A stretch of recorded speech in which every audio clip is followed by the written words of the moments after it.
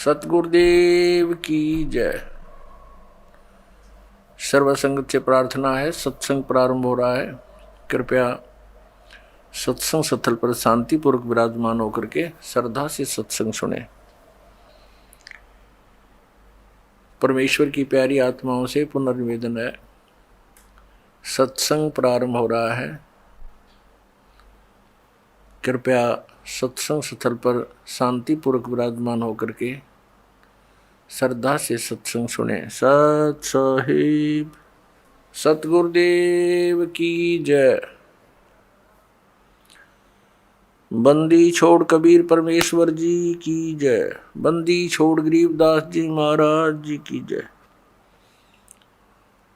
स्वामी रामदेवानंद जी गुरु महाराज जी की जय।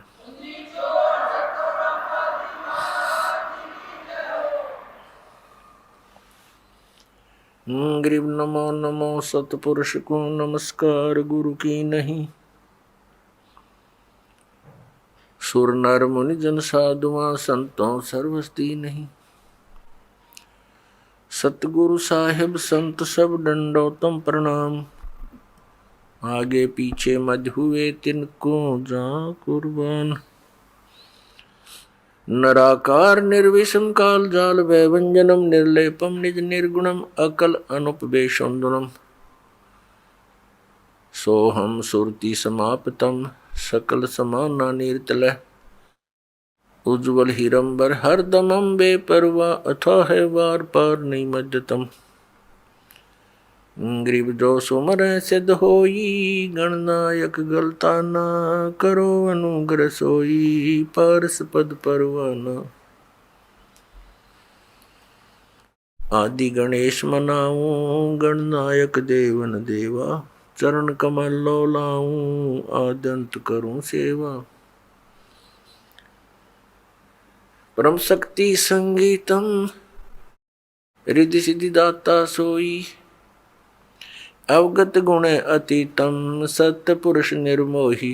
जगदम्बा जगदीशम मंगल रूप मुरारी। तन मन अर्पुं शीशम भक्ति मुक्ति भंडारी। सुर नर मुनि जन ध्यावे ब्रह्मा विष्णु महेशा। शेष शेष मुख गावे पूजय आदि गणेशा।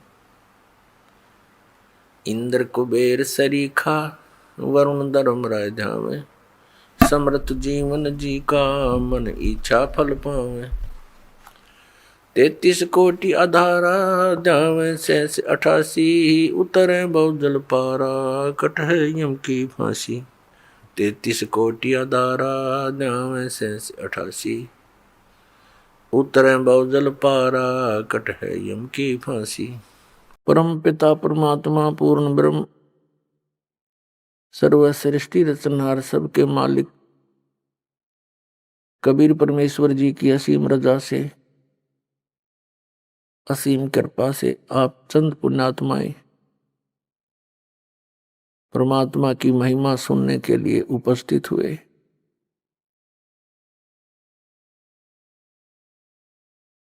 युगों युगों के पुण्यक्रम जिस पुण्यात्मा के साथ होते उनको सत्संग और संत प्राप्त होते। कबीर परमेश्वर जी ये हम सभी आत्माओं के हमदर्द हैं। ये हमारे अपने पिता हैं और हम यहाँ काल के लोक में घने दुखी हो रहे हैं।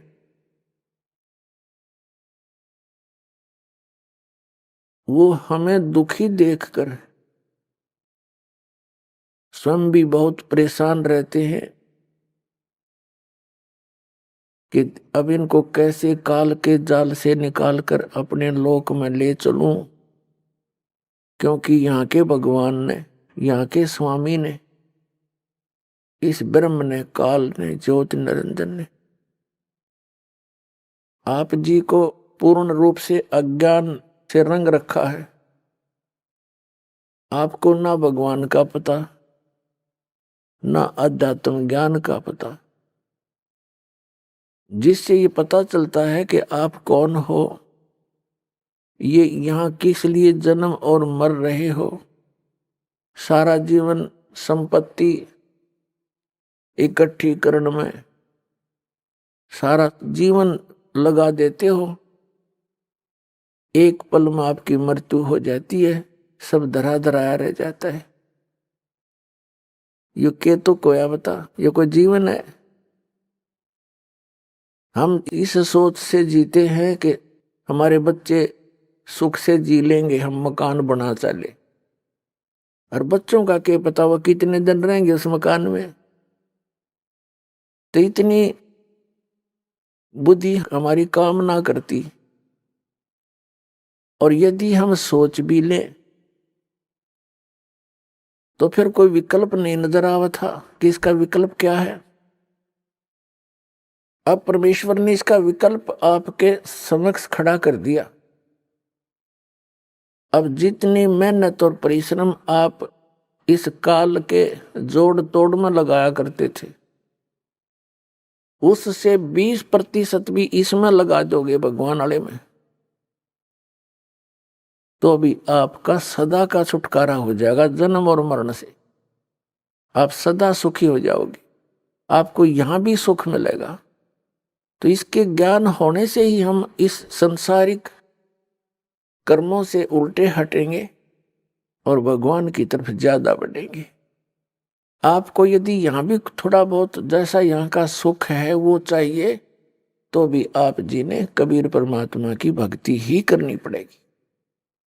यहां भी सुख यही दे सकता है, आपके परिवार की रक्षा करेगा, आपकी रक्षा करेंगे, आपको भक्ति देंगे, आपके साथ साथ रहेंगे।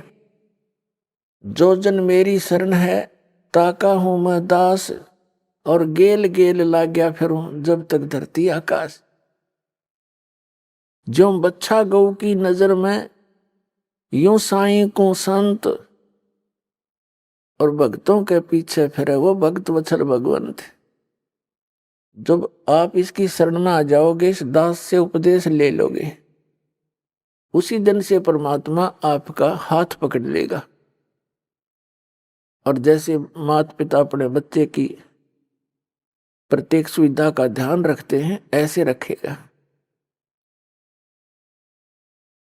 अब परमात्मा हमें याद दिलाते हैं आकर के, और कहा करते अपने ही आप में उदाहरण दे देकर वो परमेश्वर हमें समझाने की चेष्टा करते हैं। क्या बताते हैं? मानत ना मन मोरा साधो, मानत ना मन मोरा रे, बार बार मैं ये समझाऊं जग में जीवन थोड़ा रे, बार बार मैं ये समझाऊं जग में जीवन थोड़ा रे। मानत ना मन मोरा साधो, मानत ना मन मोरा रे, बार बार मैं ये समझाऊं जग में जीवन थोड़ा रे, बार बार मैं ये समझाऊं जग में जीवन थोड़ा रे। इस काया का गर्व न करियो के काला के गोरा रे, इस काया का गर्व न करियो के काला के गोरा रे, बिना भजन कछु काम न आव चाहे, एतर छड़को चहूं ओरा रे, बिना भजन कछु काम न आव चाहे, एतर छड़को चहूं ओरा रे। मानत ना मन मोरा साधो, मानत ना मन मोरा रे, बार बार मैं ये समझाऊं जग में जीवन थोड़ा रे, बार बार मैं ये समझाऊं जग में जीवन थोड़ा रे। इस माया का गर्व न करियो के हाथी के घोड़ा रे, इस माया का गर्व न करियो के हाथी के घोड़ा रे, जोड़ जोड़ धन बहुत बटोड़ा लाखों और करोड़ा रे, जोड़ जोड़ धन बहुत बटोरा लाखों और करोड़ा रे, मानत ना मन मोरा साधो, मानत न मन मोरा रे। बार बार मैं ये समझाऊं, जग में जीवन थोड़ा रे, बार बार मैं ये समझाऊं, जग में जीवन थोड़ा रे। दुविधा दुर्मति चतुराई में जन्म गया नर तोरा रे, दुविधा दुर्मति चतुराई में जन्म गया मन तोरा रे। अब भी आने में लो सत्संग में, करो गुरु ज्ञान पे गोरा रे। अब भी आने में लो सत्संग में, करो गुरु ज्ञान पे गोरा रे। मानत ना मन मोरा साधो, मानत न मन मोरा रे। बार बार मैं ये समझाऊं, जग में जीवन थोड़ा रे। बार बार मैं ये समझाऊं, जग में जीवन थोड़ा रे। शरण पड़े को गुरु संभाले, जाने का बालक बोला रे। शरण पड़े को गुरु संभाले, जाने का बालक बोला रे। कह कबीर तुम चरण चित राखो, जो सुई में डोरा रे। कह कबीर तुम चरण चित राखो, जो सुई में डोरा रे। मानत ना मन मोरा, मानत ना मन मोरा रे। बार बार मैं ये समझाऊं, जग में जीवन थोड़ा रे। बार बार मैं ये समझाऊं, जग में जीवन थोड़ा रे। शरण पड़े को गुरु संभाले, जाने का बालक भोला रे। शरण पड़े को गुरु संभाले, जाने का बालक भोला रे। कह कबीर तुम चरण चित राखो, जो सुई में डोरा रे। कह कबीर तुम चरण चित राखो, जो सुई में डोरा रे। मानत ना मन मोरा, मानत न मन मोरा रे। बार बार मैं ये समझाऊं, जग में जीवन थोड़ा रे। बार बार मैं ये समझाऊं, जग में जीवन थोड़ा रे। अपनात्माओं, परमात्मा कबीर जी आपके लिए भटक रहे हैं, क्योंकि आप जी को तो नशा करा दिया इस काल ने, भांग पिया दिया झूठे रंग की,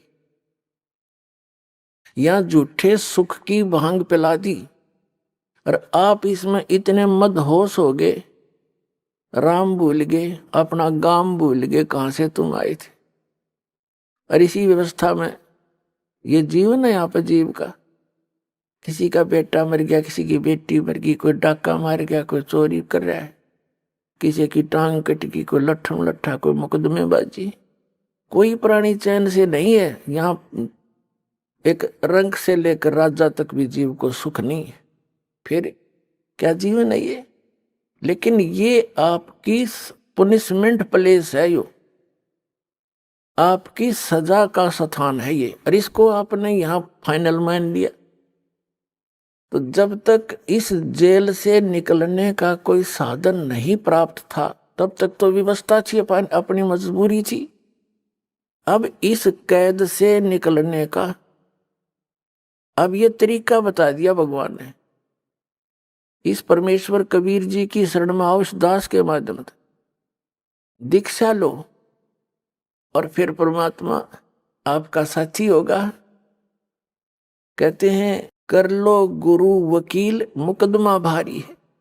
तो इब गुरु आपका वकील बनेगा इस जेल से आपकी मुक्त कराने के लिए।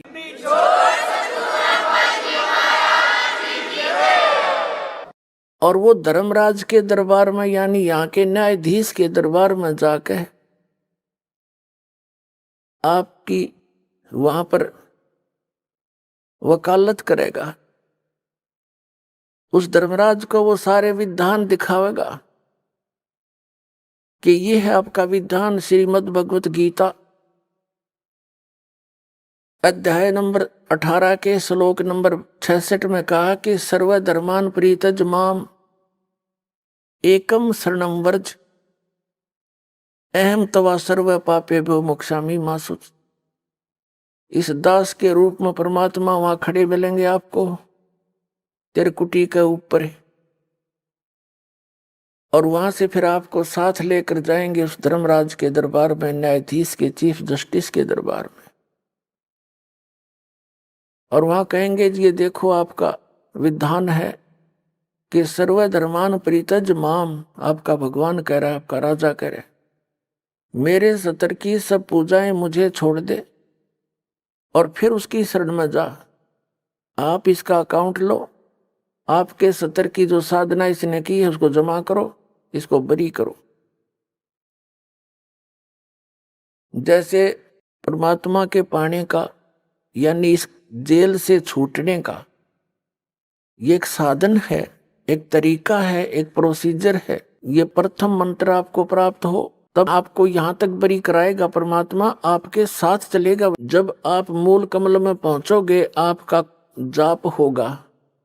ये प्रथम मंत्र में जो आप जाप करते हो मूल कमल का किलियम, तो वो परमात्मा आपसे पहले यहां तक तो आपको क्लियर कराए पाओगा, आपका डेबिट क्रेडिट साफ करके, और आपके वहां अकाउंट यहां तक तो ऑटोमेटिकली आप साफ मिलोगे।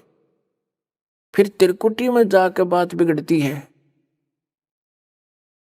वहां एक बहुत बड़ा मेला भरता है, वहां पर बहुत भयंकर स्थान है वो अनजान व्यक्ति के लिए। कहीं पर जैसे मेलों में आपने देखा हो, कहीं तक कोई नाच रहा है, कोई गा रहा है, कोई रीछ नचा रहा है, कोई बाजीगर तमाशा दिखा रहा है, कोई रागनी गा रहा है, किता कुछ ढोल पीट रहे हैं, और किता कोई साधु संत कोई कथा सुना रहा है। तो त्रिकुटी पर जाकर के बहुत बड़ा विशाल स्थान है वो, वहां पर ये काल नीचे के जो संत हैं नकली उसने भेज रखे हैं, ये इनके रूप धारण करके अलग अलग मंच बनाकर वहां सत्संग कर रहा होगा। और कहीं नाच रहे हैं, कहीं गा रहे हैं, कहीं पंक्तियां लगी हैं धर्मराज के दरबार में जाने के लिए। तो वहां यदि परमात्मा आपके साथ नहीं होंगे तो आप विचलित हो जाओगे, और उस समय परमात्मा हाथ पकड़ेगा। जैसे बालक का उंगली पकड़ लिया करे माता पिता, कहीं मेले में रड़ ना जाइयो, गुम ना हो जाए, यहां पर ऐसे साथ ले जाएगा। अब बच्चा भीड़ के अंदर कहीं भी कोई आकर्षक वस्तु देखता है, पिता का हाथ छुड़ा कर उसकी तरफ भाग जाता है, पिता को ध्यान नहीं रहे तो मेले में गुम हो जाता है। तो वह ऐसी स्थिति है। तो क्या बताया है कि जब प्रथम मंत्र आपको दिया जाएगा तो ये यहां तक की कैद आपकी मुक्त हो जाएगी, कंठ कमल तक, इनसे यहां तक बरी हो जाओगे आप इन 5 मंत्रों से। इसके साथ साथ जो 2 नामों की जो धन है आपका, वो आपको अलग से मिलेगा। आपके सतलोक जाने वाली कमाई में वो सहयोगी होगा, क्योंकि वो उस परम पिता का जाप है। इसलिए उस सार नाम आपको मिलता है लेट, उसकी कुछ पूर्ति ये 2 मंत्र करते रहते हैं साथ के साथ, क्योंकि डॉक्टर को पता होता है कौन सी औषधि इस रोग में रोग काटने की और कौन सी इसके बॉडी को सपोर्ट देने की है। तो कंप्लीट कोर्स डॉक्टर ही जानता है जो वेल नोन होता है। तो ये दास इस रोग का डॉक्टर है, इस पृथ्वी पर नहीं है कोई व्यक्ति और जो इस दास को ज्ञान है। जब आप त्रिकुटी पर पहुंचोगे तो वहां आपको इस दास के रूप में परमात्मा मिलेंगे। जैसे हमने सबसे पहले पति भर्ता पद पर आना पड़ेगा, वैसे तो इस ज्ञान के आधार से दास ऐसा आपको दृढ़ कर देगा दूसरे संतों की आपने बात भी नहीं सुना होगी, क्योंकि उनके पास अध्यात्म ज्ञान नहीं है, अटबट है। तो त्रिकुटी के उस मेले में वह कई सत्संग भी कर रहे होंगे, आप उधर देखो भी कोई ना कि ये तो बांडे हैं नींद में, इनके पास कुछ नहीं है।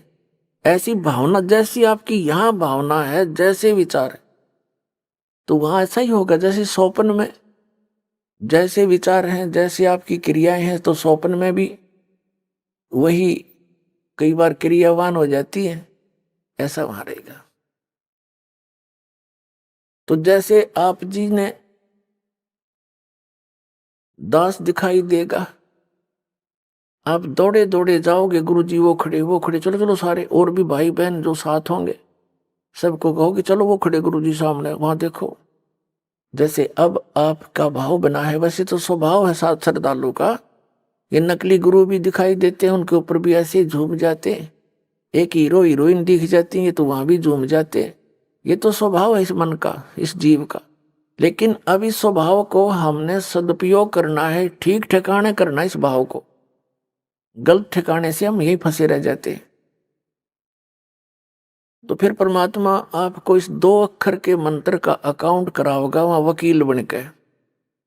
और इनके जैसे दास आपको यहाँ दिखाता है ना, इसमें ये लिखा, इसमें ये लिखा, इसमें ये लिखा, तो कानून की किताब है ये यहाँ परमात्मा की।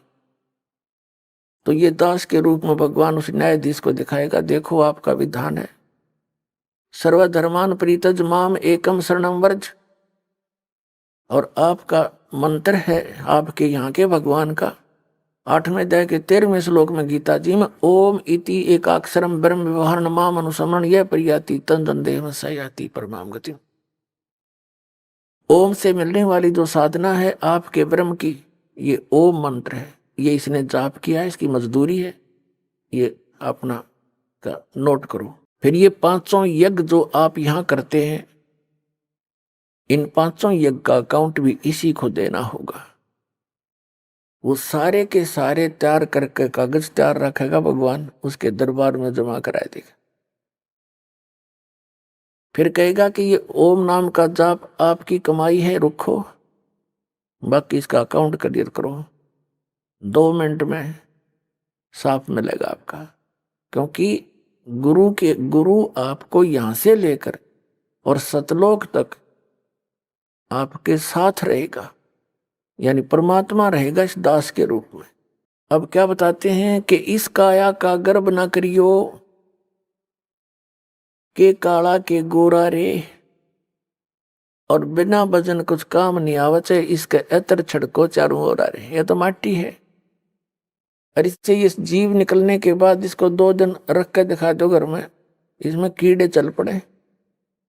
ऐसा बेकार शरीर है ये। कबीर साहब कहते हैं, गर्भ ना करे रे गंवारा, यो जोबन और तेरा धन, ये जवानी और ये धन, ये तो मेहमान है दिन चारा। फिर बताते हैं, पशु के चाम की त जूते बन जा, नौबत और नगाड़ा, और नरदे ही कुछ काम ना आवे, जड़बुझ हो जा छारा, यानी राख हो जाती जड़ के। या तो उस काम भी ना हो, जूते बन जा, कोई नगारा बन जा, या कोई और काम आ सकते। ये तो केवल एक का काम आ सके, भगवान पाने के लिए। तो फिर क्या बताते हैं, इस काया का गर्भ न करियो, के काला के गोरा रे। इसने कभी किसी के खरोंच आ जा थोड़ी सी, अंदर मटेरियल सारा एक जैसा सबका, चाहे कोई गोरा है चाहे काला है, ऊपर ऊपर की पॉलिश का अंतर है बस, अंदर मटेरियल सेम है। और इसमें मटेरियल क्या है, कभी कोई कुत्ता मरा हुआ देखा हो आपने सड़क के एक्सीडेंट में, उसका वो आंत बाहर निकली पड़ी होती है, देखने में दिल भी ना करे, उल्टी पड़ जा, कहीं टट्टी निकल रही है, कहीं पेशाब, और कहीं उसका आंत सारी बाहर पड़ी है, मांस पड़ा है। यो सांग है जिसने आप ठाए फिरो हो, और इस मांडी पाक रहे हो, धरती तोल रहे हो, हैं कभी कुछ पॉलिश कर रहा है, कभी उसको पाउडर ला रहा है, स्वस्थ रखने के लिए इस बॉडी को, क्योंकि इसकी हमें घनी जरूरत है, उसके लिए आप इसकी आवश्यक औषधि वस्तु प्रयोग कर सकते हो। उससे एक्स्ट्रा करते हुआ बकवाद है। और भगत ने बकवाद स्वभाव नहीं, चला नहीं इस भक्ति मार्ग। इसको वही समझें जो यो मटेरियल है। इसे अलग सोचकर हम इसकी कोई और ज्यादा चकाचौंध करने की चेष्टा करते हैं तो हम भगत नहीं है। हमने समझा नहीं है ये क्या वस्तु है और ये इतनी अनमोल है। वैसे तो यह मिट्टी है, लेकिन इस मिट्टी से हम सोना बना सकते हैं, मोक्ष रूपी सोना, और इसके अतिरिक्त वो हो नहीं सकता। तो कहते हैं ये देही सोंगी नहीं, ये महंगी रत्नों मोल है। यह नरी सस्ती भी ना समझना, ये बहुत कॉस्टली है। असंग जन्मों के बाद दाव लगता है इस मानव शरीर का, और इसको हम उसी पशु पक्षियों की क्रियाओं में नष्ट कर जाते हैं। तो परमात्मा कहते हैं धिक्कार है तुम्हारे जीवन को। अब इसको हम सफल करेंगे मनुष्य जीवन को। इसके बारे में बताते हैं,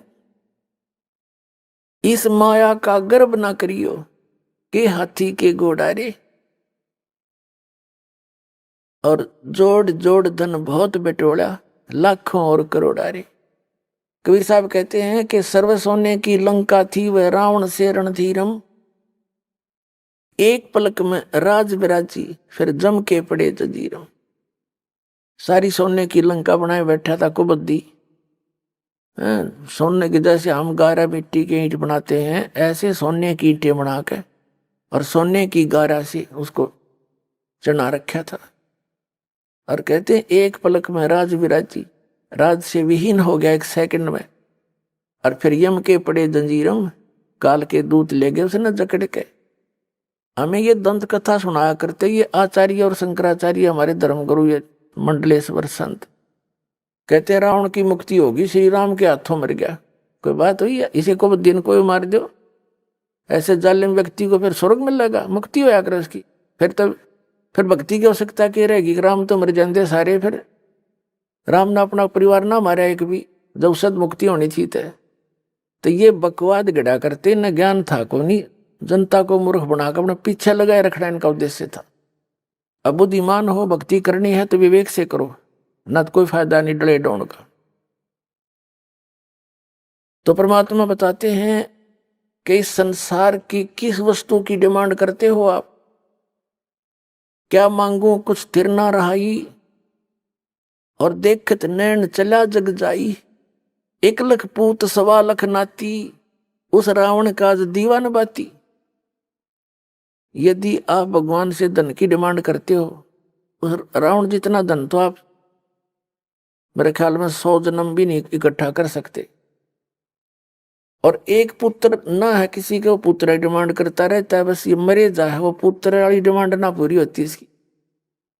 तो बिना ज्ञान के हम ऐसे दुखी थे, इस ज्ञान से हमारी 90% ये अननेसेसरी जो डिमांड है ये खत्म हो जाएगी।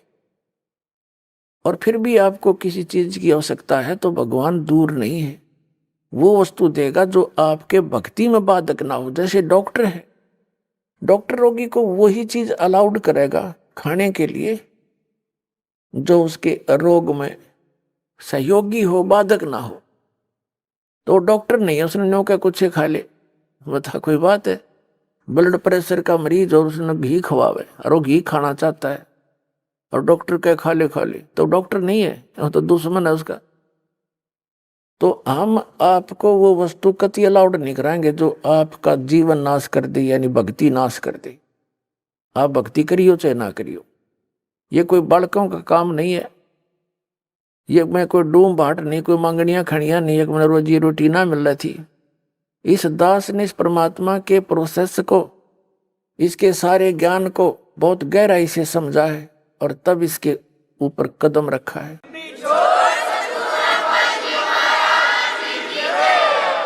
ये दास जूनियर इंजीनियर सिविल हरियाणा में नौकरी करता था, इरिगेशन डिपार्टमेंट। जब से ये ज्ञान हुआ, एक नारी तड़प बनी और ये सोचा करता था कि भगवान ये सभी मेरे जैसे दुखी हैं, सभी परमात्मा के लिए भटक रहे हैं। कोई सालासर जाता है, कोई वैष्णो देवी, कोई अमरनाथ के इतनी भयंकर पहाड़ियों पर चढ़ जाता है, वहां मर भी जाते हैं, बर्फीले तूफानों से फिर भी जाते हैं, अगले दूसरे हिचकते नहीं। और ये ज्ञान यदि आपके बच्चों तक पहुंच जाए, भक्ति तेन करनी है तो यह अच्छी भक्ति करेंगे तो काम आओगे, तो डरे ढोरे।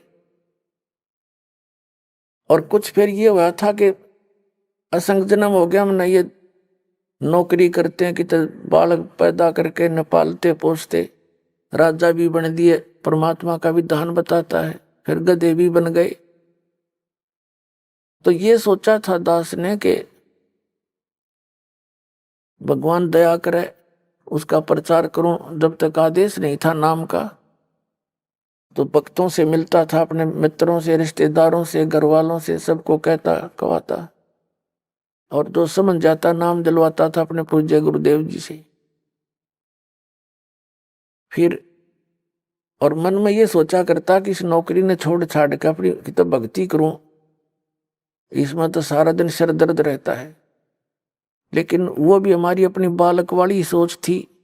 लेकिन परमात्मा का ज्ञान तो ये कहता है कि डेरे डंडे खुश रहो, खुश रह लेना मोक्ष। ध्रुव प्रहलाद भी पार हो गए, फिर गृहस्थी में के दोष। तो फिर दिल सा डटे था। फिर गुरुदेव ने आदेश दे दिया एक दिन के नाम लिया कर तू, आज से मेरा आशीर्वाद तेरे साथ होगा, विश्व में तेरे समान संत नहीं होगा।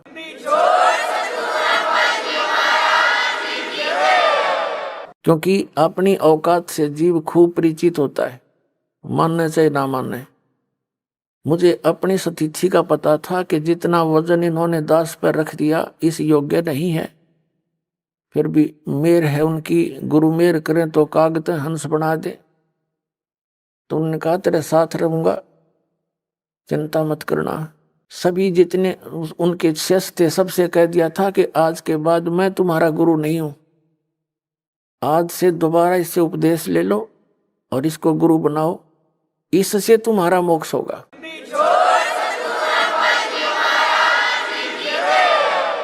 अब यह बात भी नहीं हमारे गले उतरे थी।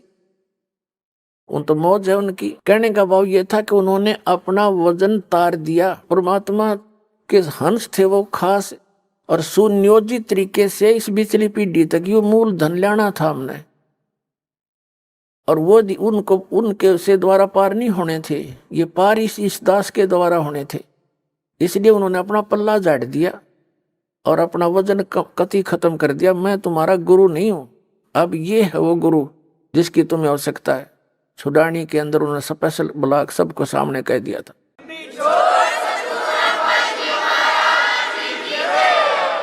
तो पहले तो यूं था भी चलो परमात्मा का भी दान है, भक्ति भी करेंगे, अपने बच्चा में भी रहेंगे।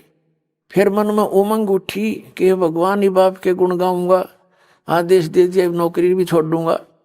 क्यों, एक का काम होगा, नौकरी सच्ची सरकार की कर ले चाहे नकली की कर ले, एक का बनेगी, इतना वजन हो पीछे।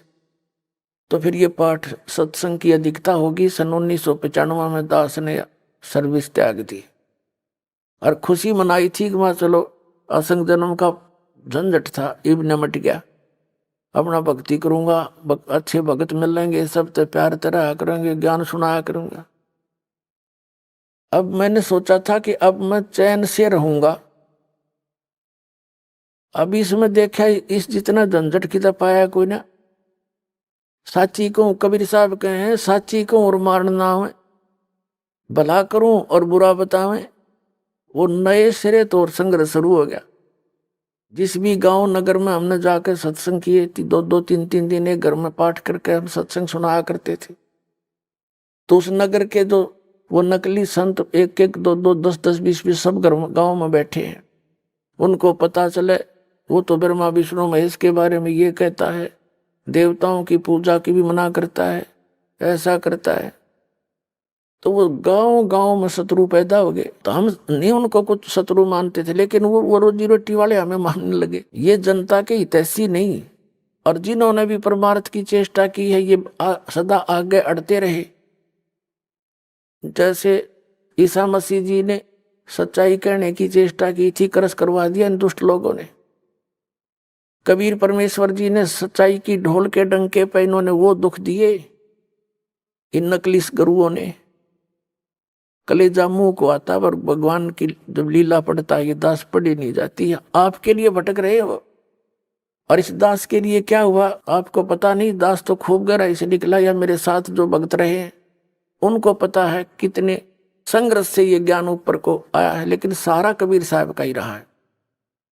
तो दास ने ये सोचा था कि इसमें चैन से रहूंगा, इस जितना दुख था कि तभी ना पाया, लेकिन अब ये दुख एक बार दास ने हो लिया।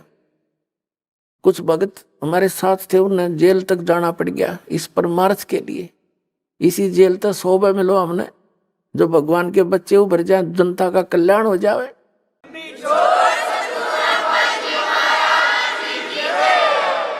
तो उस दिन से लेकर आज तक वो संघर्ष जारी है।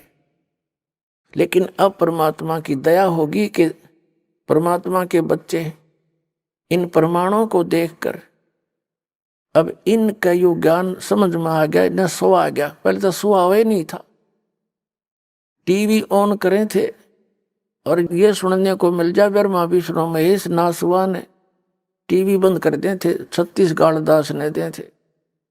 यो बकवाद करता है, ब्रह्मा विष्णु जी को भी नासवान बताता है, इनके माता पिता बताता है। मैं तो पढ़ के सुनाता हूँ, बताता नहीं। इनका इतिहास लिखा हुआ है और वो आप जी को मिला नहीं पढ़ने को, आप समझ नहीं सके। दास तो समझ आ रहा है कि ये लिखा है इनके इतिहास में, तो अब मान गए ये। तो कहने का भाव ये है पुण्यात्मा, जो प्रसंग चलता था वही आते कि जैसे क्या मांगू कुछ थिर ना रहाई, और देखत नैन चला जग जाई, 1 लख पूत 1.25 लाख नाती, और उस रावण के आज दीवान बैठी। के मांग गई यहाँ की घटिया वस्तु, ठीक है भगवान दे रहा है, ठीक है, और डिमांड करो, ना देता ये मत सोचो कि भी भगवान ने ऐसा क्यों नहीं दिया। ये सब कुछ दे सकता आपको, ये जो चाहे सो कर सकता कबीर परमात्मा। इसकी डिक्शनरी में इम्पॉसिबल वर्ड नहीं है, ये वो समर्थ परमात्मा है। लेकिन बात यही ध्यान में रखना कि डॉक्टर वही वस्तु अलाउड करेगा जो बढ़ावा निरोग ने सहयोगी हो। तो ये भी आप ध्यान रखना, ऐसी वस्तु आपको यहाँ से मिलेगी नहीं जो आपकी भक्ति का नाश करे, और बाकी आपका काम कोई आंट लग गएगी नहीं। ये सत्कर मान लियो, बेसिक लिख लेना कि तक कोने में डायरी के।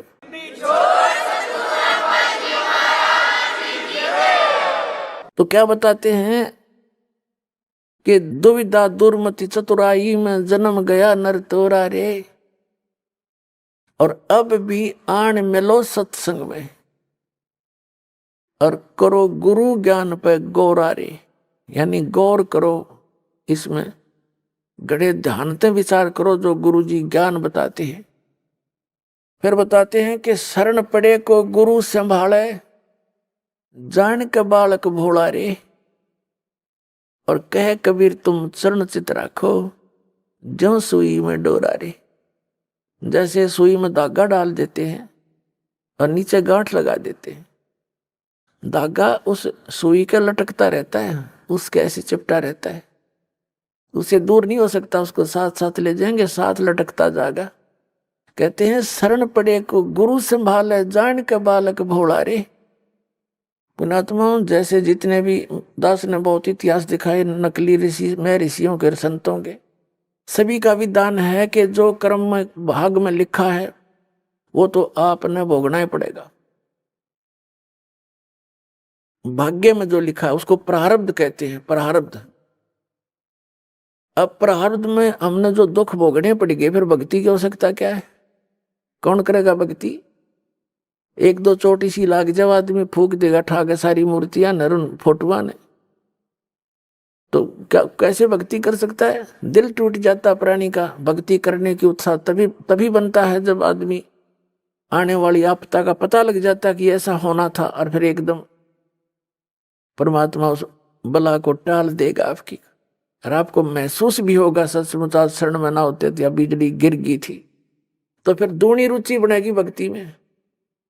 तो क्या बताते हैं कि जब तक आप गुरु की शरण में नहीं आते तो तब तक आप बालक थे, भोले बालक थे। और छोटा बच्चा अबोधपने में जैसे पालने में लेटा है, बच्चा बेटा या बेटी, और टट्टी पेशाब कर दिया कपड़ों में ही, और हाथ पैर मार के सारे कपड़े भी खराब, पैर पूर भी लथेड़ लिया लपट के एक टट्टी में, और फिर रोने लगता है। तो माता समझ जाती है कि इसने कोई भूख लगी होगी। वो जाती है उसको संभालने के लिए, तो क्या देखती है, सारे कपड़े भी खराब कर रखे, टट्टी भी कर रखी, पेशाब भी कर रखे। तो उसने बालक बुरा नहीं लगता, उसको पता है, इसने पता को नहीं, ज्ञान है माँ ने कि इसको पता नहीं बालक से, उसको ऊपर कोई क्रोध नहीं करती। उन्हें उठावेगी, धोवेगी, मांजेगी खूब अच्छी तरह, कपड़े धोकर सुखावेगी, नए पर आवेगी और छाती के लावेगी, फिर लाड करेगी, दूध पिलावेगी। तो आज जब तक इस शरण में नहीं आते परमात्मा कबीर जी की में, आप ऐसे बच्चे हो और अनजानपने में ना जाने कितनी गलती करके आप कति सड़ गए, उसमें लथड़े पड़े हो। लेकिन कहते हैं शरण पड़े को गुरु संभाले और जान का बालक भोला रे। कहे कबीर तुम चरण चित राखो जो सुई में डोरा रे। आपका इतना काम है, आपके जो प्रारब्ध में जो पहले के जितने भी पाप थे वो आपके साथ लपेट के भेज रखे काल ने, और जिसे पुण्य थे वो भी अंदर डाल दिए, तो आपके दोनों मिलाकर मिश्रण कर रखे। तो अब परमात्मा आपके उन पापों को धोएगा सारा ने, और फिर आपको सोच कर लेगा, और सोच करके फिर छीनने का लगाओगा और सतलोक में ले जाकर दूध पियाओगा, यानी वहां सदा सुखी कर देगा आपको।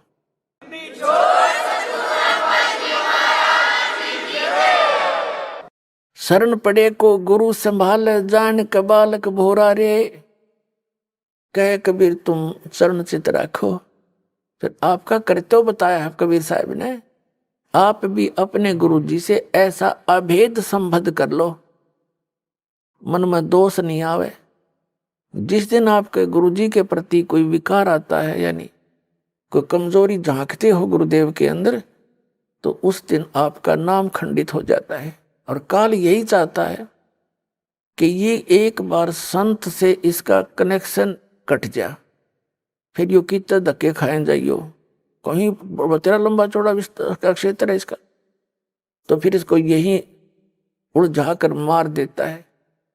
तो परमात्मा कहते हैं द्वार धनी के पड़ा रहे, धक्के धनी के खावे, 100 काल जगजोल ही पर द्वार छोड़ नहीं जावे।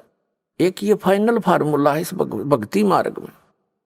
इस परमात्मा कबीर जी के धनी के द्वार पर पड़ा रहे और इसी के धक्के खावे, 100 काल जगजोल ही, कितना ही काल आपको झटके देता दिखे पर परमात्मा से दूर नहीं होना, यह बहुत बड़ी भूल हो जाएगी आपकी। जैसे हम अज्ञानता में यानी बगैर अध्यात्म ज्ञान के कई बार बहुत कमजोर सोच बना लेते हैं और हम भूल जाते हैं कि हमने युगों युगों से पापों की गठड़ी बांध रखी है।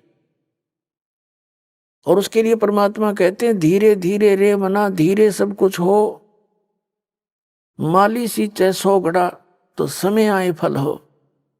आप जी ने भक्ति का बीज ईब बोया है यू कितने युगों के बाद, अभी तक आपकी पिछले संस्कार ही चल रहे थे और कहीं थोड़े बहुत पुण्य कर दिए, कितने दाने डाल दिए, को छोटे मोटे पुण्य, वो स्वर्ग में बर्बाद कराए आप। पुणात्माओं ये भक्ति युग है, अब ये चौथा युग का बीच का समय है। इसमें अब कई करोड़ यानी पूरे विश्व में ये भक्ति पर लगेंगे प्राणी, अरबों खरबों की संख्या में, और जो पार होगे वो तो होगे और रह भी बतेरे जाएंगे। तो वो जो रह जाएंगे ना उनकी दुर्गति घनी होगी, क्योंकि ये कमाई तो इतनी गजब की बनेगी आपकी, पहले मंत्र से बहुत गजब की कमाई बन जाती है, जबरदस्त भक्ति धन संग्रह होता है आपका। और फिर उनके अगर आप पार नहीं हुए तो क्या करेगा आपके साथ में। जैसे आपकी भक्ति धन इन ऊपर के लोकों में आपको इनका प्रतिफल मिलेगा, जब सतलोक नहीं जान पाए तो फिर ऐसे बनेगी आपके साथ। इस मूल कमल में गणेश जी का जाप है, आपको दिया जाता है, इसका भक्ति धन आपका इकट्ठा हो रहा है और पार हुए नहीं तो आगे छड़ी यही रहेगी आपकी। फिर ये लुटेरे आपको टर्न बाई टर्न लूटेंगे। आप गणेश जी के लोक में जाओगे, वहां गण बना देंगे आपको, आपकी पूंजी होगी, रेस्टोरेंट तैयार है, उसका कमीशन है इन देवताओं का। जैसे होटल के मालिक होते हैं, उनका कमीशन होता है वो अलग से, यानी उसमें अपना न्यारा चार्ज लगाते हैं उस बिल में। तो आप कहीं किसी में 10% आपकी कमाई से, किसी में 15%, किसी में 20-25%, ये अपना लेते हैं, तब अपना गुजारा चला रहे हैं। ये कंगाल लोग है 21 ब्रह्मांड तक का उस सतलोक की दृष्टि में। और अब भक्ति के धनी लोग वहां जाते हैं, जैसे यहाँ कुल्लू मनाली में जाते हैं गर्मियों में सेठ लोग, और 10-20 हजार रुपये खराब करके उल्टे फिर आ जाते हैं मुंह लटका के कर्म क्षेत्र में। तो आप इस मूल कमल के मंत्र का जाप जो आपको दिया जाता है गणेश जी के लोक में, वहां ठाठ करोगे, यहाँ के नकली ठाठ। जब वहां आपकी ये पूंजी समाप्त हो जाएगी, उसके बाद आपको भेजेंगे ब्रह्मा जी के लोक में, क्योंकि उसका भी जाप आपने कर रखा है। वहां जब आपकी धन खत्म हो जाएगा, फिर जाओगे विष्णु जी के लोक में, क्योंकि उनका भी आपने धन इकट्ठा कर रखा है। फिर उसके रेस्टोरेंट में वहां रहोगे। उसके बाद फिर जाओगे आप श्री शिव जी के लोक में, उसकी भी कमाई करते हो, मंत्र जाप करते हो। फिर जाओगे दुर्गा जी के लोक में, और वहां भी जब समाप्त हो जाएंगे, फिर आपके 2 मंत्र का जाप और रह गया, ये 2 अक्षर का सतनाम का जाप। तो उससे जाओगे आप फिर ब्रह्मलोक में, इस काल के निज लोक के अंदर। वहां कोई हजारों युगों तक आप उस ब्रह्मलोक में रहोगे। वहां इस ओम के धन को खत्म करके फिर वापस आओगे, और फिर इस सतनाम के अंदर जो दूसरा मंत्र है, इसने काल ने उस ब्रह्मलोक में जीव को धोखा देने के लिए नकली सतलोक, नकली अलखलोक, नकली अगमलोक और नकली अकैलोक बना रखे। तो उस पूंजी को फिर ये आपकी वहां बर्बाद कराओगा। फिर रह गया आपका जिसको सार नाम प्राप्त हो गया है, और वो पार नहीं हुआ। जरूरी नहीं कि सार नाम मिलते ही पार हो जाओगे, ये तो परमात्मा ने कहा है, राम नाम रटते रहो, राम नाम रटते रहो, जब तक घट में प्राणे, भाई कभू तो दीन दयाल के भनक पड़ेगी कान। परमात्मा कबीर जी कहते हैं, पाकी खेती देख के गर्भियो मत किसान, अब हूँ झोले बहुत हैं, घर आ ले तब जाने। कहते हैं या पाकी खेती देख के खेत में अभिमान ना करना किसान, अभी तक बहुत वर्षा ओले आंधी तूफान शेष है, ना जाने के बिजली पड़ जा, तेरे घर आ ले जब मानिए तेरे धन तेरे घर आ गया। इसलिए बताते हैं कि ये ना समझना सार नाम मिल गया तुम पारे होगे। सार नाम की कमाई और मर्यादा में अंतिम श्वास तक करते हुए, और एक विशेष कसक बनाओ सतलोक में जान की, तब वहां जाओगे जा आशा तांबासा होई, मन कर्म वचन सुमरियो सोई। अब जो सारनाम जिसको प्राप्त हो गया, वो सारनाम प्राप्त प्राणी को एक विशेष बेनिफिट मिलेगा। जैसे आप जितने भी प्राणी यहाँ आए हो जो सीधे आ रहे हैं, जिनको परमात्मा 600 वर्ष पहले दोबारा आकर मिले थे, और उनको पुनः फिर भक्ति से चार्ज कर गए थे कुछ, ताकि यहाँ तक आपके मनुष्य जीवन होते हुए आ गए, एक विशेष बेनिफिट मिलेगा। उस आत्मा के साथ परमात्मा सदा रहेगा। लेकिन पार तो होगा इसी समय में, जैसे अब ये है वो स्वर्ण युग, ये स्वर्ण युग है इस मोक्ष का, तो पार तो होगा इस समय वो, लेकिन परमात्मा उसके साथ रहेगा। और फिर भी उसका दुर्भाग्य ही है, क्योंकि मोक्ष हुआ नहीं था, फिर नौके नंडले फिर ढोने लग गया। लेकिन दाता साथ रहेगा। जैसे हम पहले देखा करते थे, कई ऐसी दुर्घटनाएं हमारे साथ हुई और सेकंड के भी कुछ हिस्से में बचाव बन गया है, और वहां फिर हम सोचते रह जाते थे भगवान बड़ी जान बची, और ये हम जिन भगवानों की भक्ति करते थे इनको क्रेडिट देते थे, इनका वहां कोई रोल नहीं रहता, वो तो समर्थ एक ही है। जो बच्चा गौ की नजर में न्यू साई को संत, और भक्तों के पीछे फिर वो भगत वत्सल भगवत।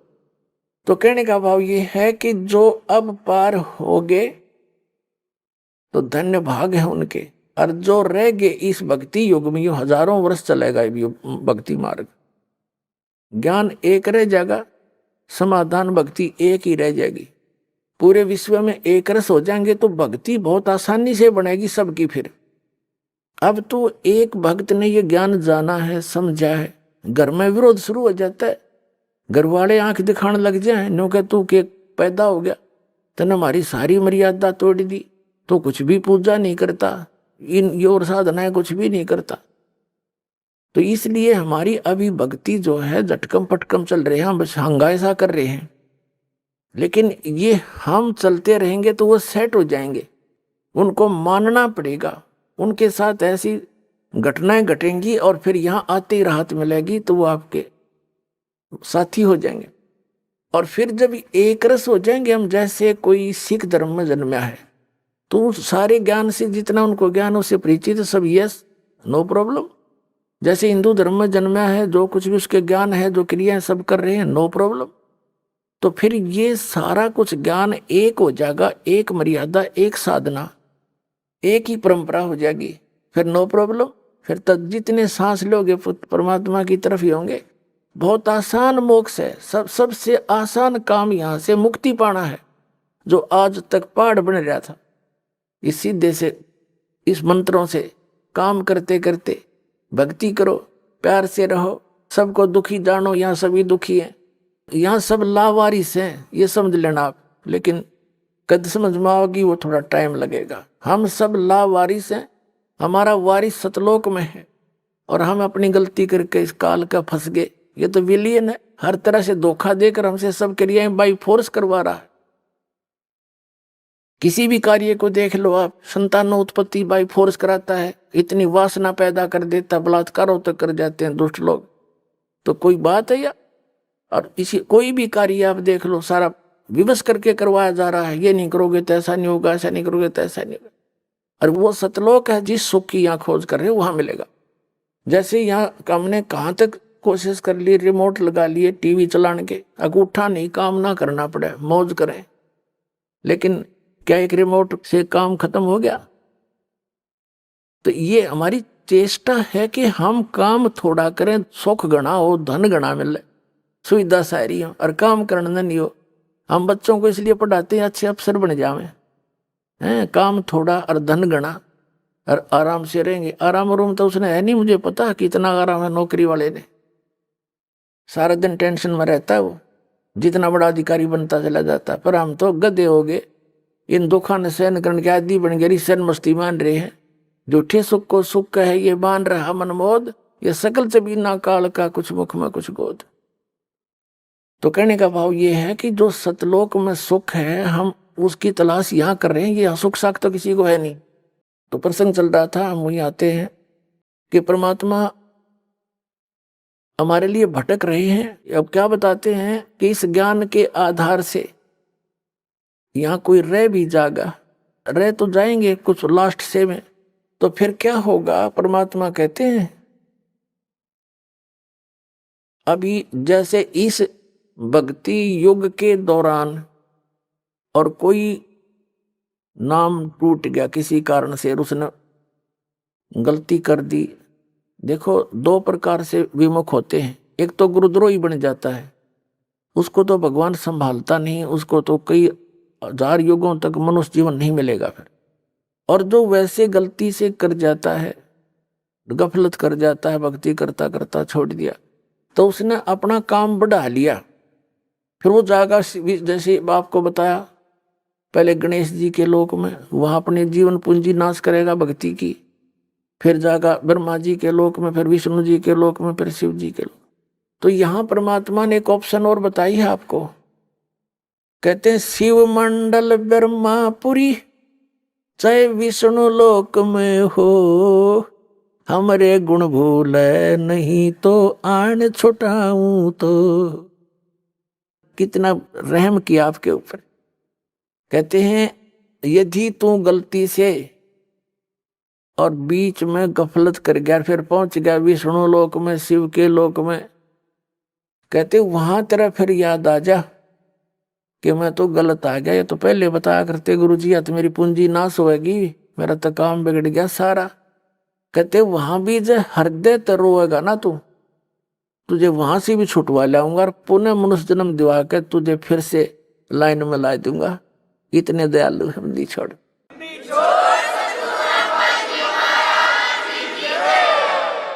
शिव मंडल ब्रह्मापुरी चाहे विष्णु लोक में हो, और हमारे गुण भूले नहीं। ये गुण है भगवान के, ऐसा दयालु है, ये कर्म करने चाहिए। इनकी पूंजी हमने यहाँ नहीं प्रयोग करनी है, ये तो हमारे साथ धोखा हो रहा है। कहते ये गुण तरह याद रह गए वहां भी। शिव मंडल ब्रह्मापुरी चाहे विष्णु लोक में हो, हमरे गुण भूले नहीं तो आन छुटाऊं तो। और फिर क्या होगा, जैसे लास्ट में जो रह जाएंगे, लास्ट के क्या होगा, लास्ट जो भक्ति इस कलयुग में हजारों वर्ष तक ये अब चलेगा, दाता की दया होगी। क्योंकि प्रोमिस है परमात्मा का कि इस पिछली पीढ़ी में जहाज भर भर ले जाऊंगा सतलोक में अपने बच्चा की, और वहां ठाठ कर देंगे।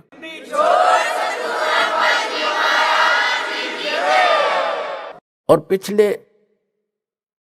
लास्ट वाले फिर धीरे धीरे धीरे धीरे भक्ति कम होती चली जाएगी, गफलत में आते चले जाएंगे, सुख घना होगा। क्योंकि यहाँ पर सतयुग जैसा माहौल एक बार फिर बनेगा, और यो सुख भी इस जीव का दुश्मन है।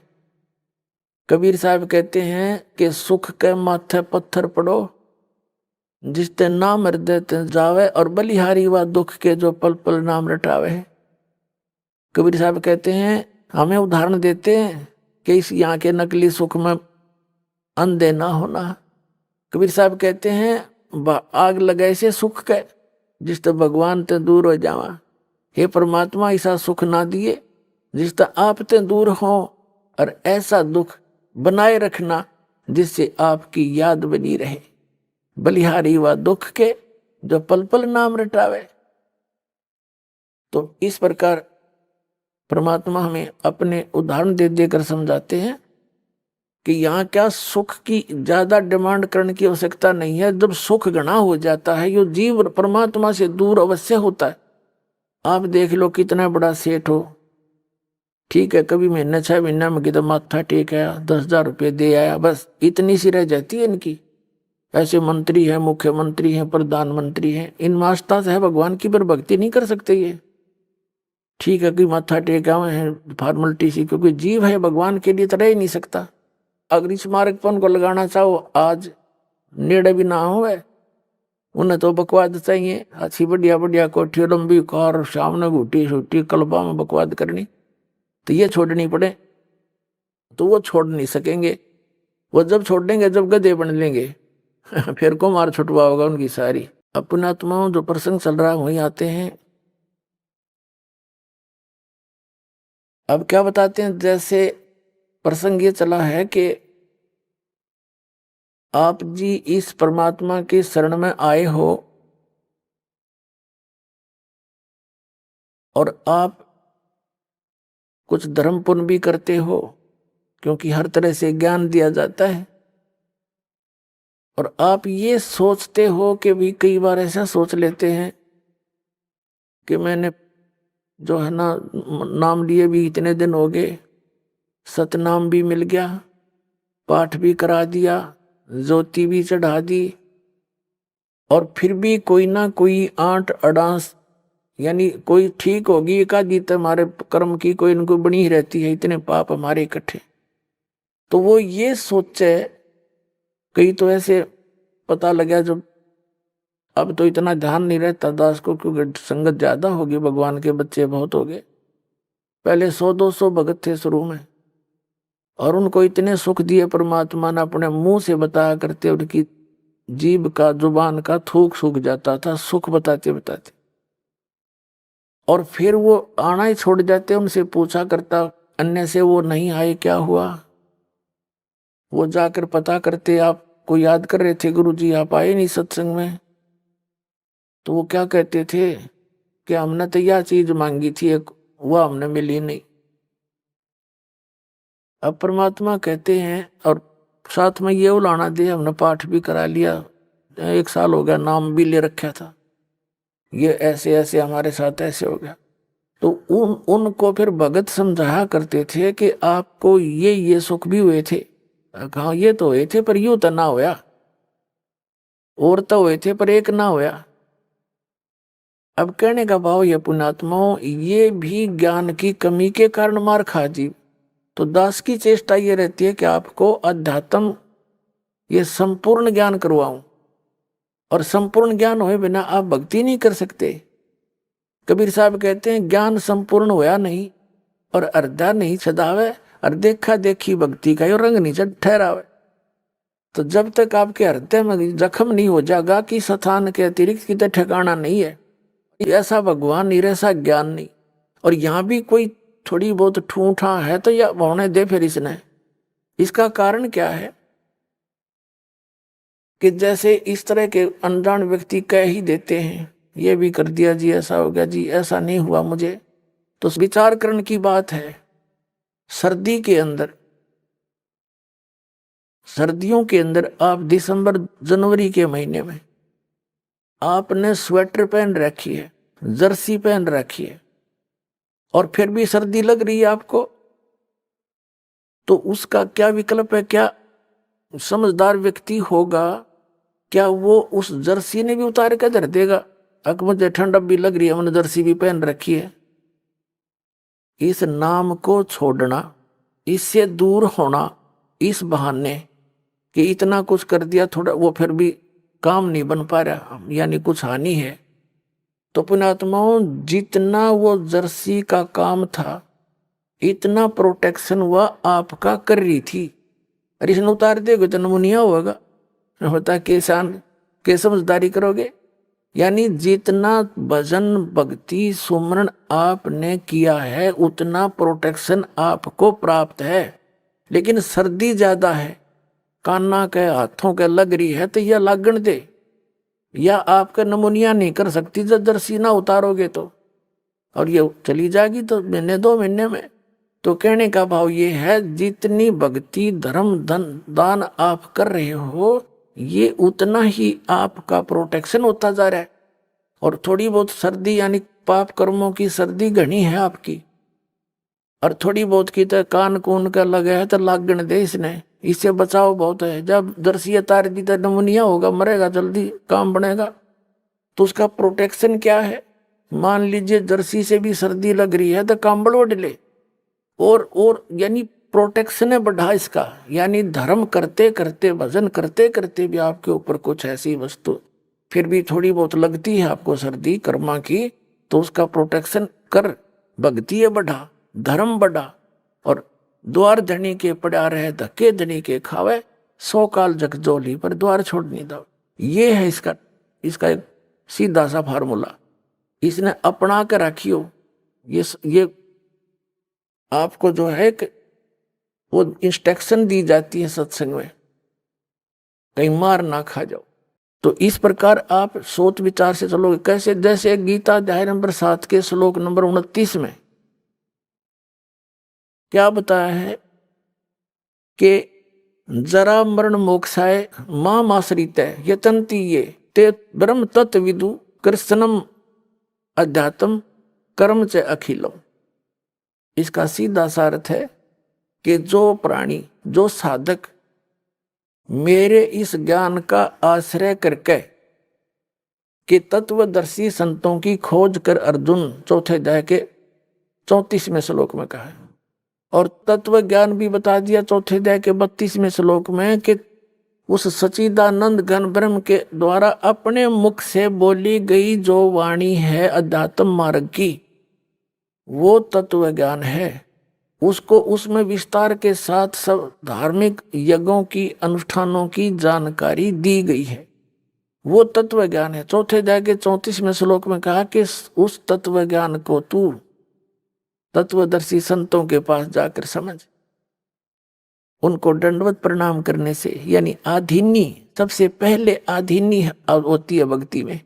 आधीनी नहीं है तो आप भक्त नहीं बन पाओगे। जैसे कोई बच्चा मिलिट्री में भर्ती हो गया तो वहां पर उसको सारे गुर सिखाए जाएंगे युद्ध करने के, आपत्ति में कैसे अपना बचाव करना है, उसके सारे पिट्ठू पैठू लगा के उनकी रिहर्सल कराई जाती है और लंबे पेट पलनियां चलाए जाते हैं कौड़ियों केवल काफी दूर तक, ताकि ये संघर्ष करने के योग्य हो जा। और वो बच्चा आके वहां करे नहीं उन क्रियाओं को, तो उनको कौन रखेगा वहां फौज में, बाहर फेंक देंगे। तो यहां आप आए हो, हमने काल के साथ युद्ध करना है, यानी इस अज्ञान के साथ भी और काल के साथ भी। उससे बचने के लिए ये हमारे फॉर्मूले, दंडवत प्रणाम करे, आदि नहीं रहे, बुराई छोड़ दे। तो इन नहीं करेगा तो फिर वो फौजी किसा, फिर वो भगत कैसा।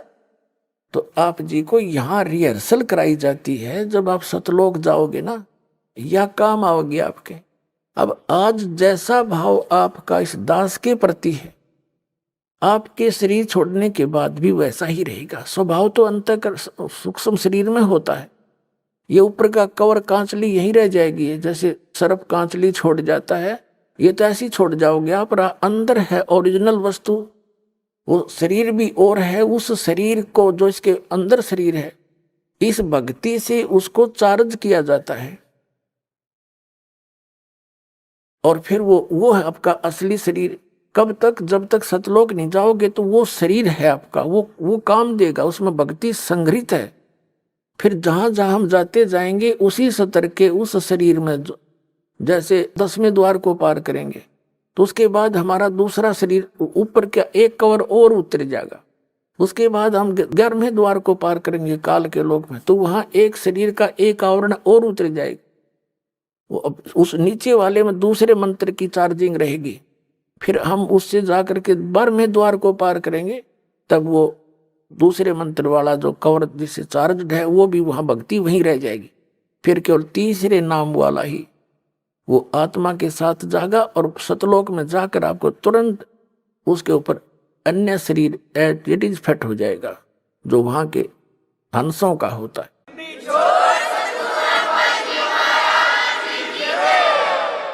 तो यहाँ क्या बताया है? परमात्मा पाने के लिए हमने फार्मूले जो गुरु बता रखे हैं भगवान ने, उनको अपना के चलना पड़ेगा। तो क्या बताते हैं कि कहे कबीर तुम चरण चित राखो जो सुई में डोरा रे। तो गुरु जी के प्रति आपकी धारणा ऐसे अभेद अटूट हो जानी चाहिए, आपकी श्रद्धा। तो प्रसंग चल रहा है कि सबसे पहले उसने बताया कि आधिन्य से उनसे प्रसन्न करना तत्वदर्शी संतों से। फिर वो तत्वदर्शी संत तुझे वो तत्व ज्ञान बताएंगे। फिर 7वें अध्याय के 29वें श्लोक में हम फिर आते हैं। इसमें कहा कि माम आश्रित है, मेरे पर आश्रित होकर इस ज्ञान जो मैं बता रहा हूं इसने कोई सिरोधार्य कर ले, ऐसी प्रयत्न करके उस तत्वदर्शी संत को खोज लेता है। माम आश्रित है, मेरे पर आश्रित होकर जरा मरण मोक्षाए यतंती ये, यानी जो जरा यानी बुढ़ापे थे और मरण माने मृत्यु से, मोक्ष माने छुटकारे के लिए ही यतंती वो प्रयत्न करते हैं। तो वो कौन है? ते ब्रह्म तत्विदु, वे उस तत्व ब्रह्म को जान चुके हैं और कृत्सनम अध्यात्म, पूरे अध्यात्म ज्ञान से परिचित है। कर्म से अखिलम, और सब कर्मों से परिचित है। क्या बताते हैं? सूक्ष्म वेद में भी कहा कि तुमने उस दरगाह का मैल न देखा, धर्मराज के तिल तिल का लेखा। तुमने उस दरगाह का महल नहीं देखा, तुमने उस धर्मराज के उस न्यायाधीश के दरबार का पता नहीं। वहां पर एक एक श्वास का भी लेखा है, तिल का भी हिसाब न्यारा न्यारा मिलेगा। आपने सोच भी गंदी रखी है ना, वह भी लिखी पाओगी वहां पर। और आपने सोच भी किसी का भला सोचा भी है, कर नहीं पाए, वो भी आपका गुड अकाउंट में पाओगा। क्या बताते हैं? चिट्टी पायल बाजे पैर और साहेब सुनता है सब लहर। जैसे चिट्टी के कीड़ी के कोई घुंघरू बना के बांध है पहले तो घुंघरू के बनेगा, वह पायल बनेगी किसी बाल से भी पतली। और कहते हैं उसका भी यदि थोड़ा सा शोर हो गया यदि पहले दोस्तों शोर हो ही नहीं सकता। कहने का भाव है कि अगर उसकी भी चाहे पायल का खुड़का, चींटी के पैर की पायल भी थोड़ी बहुत खुड़का करेगी ना, साहिब सुनता है सब लहर। कहने का भाव ये है, आपकी सूक्ष्म से सूक्ष्म भी सोच को वो परमात्मा खूब सुनता है। तो कहते हैं तुमने उस दरगाह का मैल नहीं देखा, धर्मराज के तिल तिल का लिखा। आपको सत्संग में बताया जाता है कभी अपनी नियत की श्री के दूसरे के धन पे या पराई स्त्री पे भूल कर सपने में भी नहीं करना। अपने मन को हमने परमात्मा के रंग में रंगना है। और यहां से चलते समय फिर यही बकवाद बहाऊंगी, जैसे त्रिकुटी पर गए, वहां तो काल का भयंकर जाल है, वहां डांस हो रहे हैं, बड़ी बड़ी स्टेज लगा कर सुंदर सुंदर लड़कियां नाच रही हैं। और आपकी जैसी वृत्ति यहाँ होगी, उड़े जा खड़े होगी नौकर का था ने, इतने वो परमात्मा जालेंगे काल गोदी पकड़ के, अरे ठोक देगा उड़े, फिर ठाके स्वर्ग में अंडे जी धक्के खांदे। ये कर्मता संग जन्म हो गया हमने करता ने। तो ये जैसा स्वभाव आप यहाँ बनाओगे ये आपके आगे काम आओगा। तो यहाँ बताया है कि जो वही व्यक्ति पार होगा जो पूरे अध्यात्म मार्ग से परिचित और तत्परम से परिचित। गीता अध्याय नंबर 8 के श्लोक नंबर 1 में अर्जुन ने प्रश्न किया कि किम तत्परम, किम अध्यात्म और किम कर्म पुरुषोत्तम। वो तत्परम क्या है, जो अध्यात्म मार्ग क्या है, अध्यात्म तो उसने बता दिया, तत्वदर्शी संतों के पास जाके समझ ले, वो बताएंगे। और तत्परम के बारे में 8वें अध्याय के 3 श्लोक में श्रीमद् भगवद गीता में कह रहा है गीता ज्ञानदाता कि वो परम अक्षर ब्रह्म है। इससे ये सिद्ध हो गया कि गीता ज्ञानदाता से अन्य है वो परम अक्षर ब्रह्म। और ये है वो तत्वदर्शी संत जो आपको कृत्स्नम अध्यात्म बतावेगा।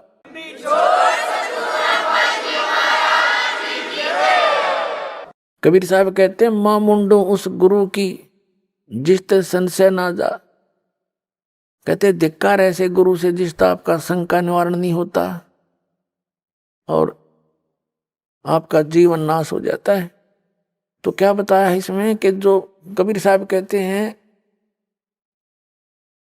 ज्ञान संपूर्ण होया नहीं, अर्धा नहीं छदावे और देखा देखी भक्ति का यो रंग नहीं ठहरावे। अब पुणात्माओं इस भक्ति मार्ग में सबसे पहले गुरु की भूमिका होती है। और कबीर साहब कहते हैं गुरु मानुष कर जानते ते नर कहिए अंध, ओवे दुखी संसार में आगे काल के फंद।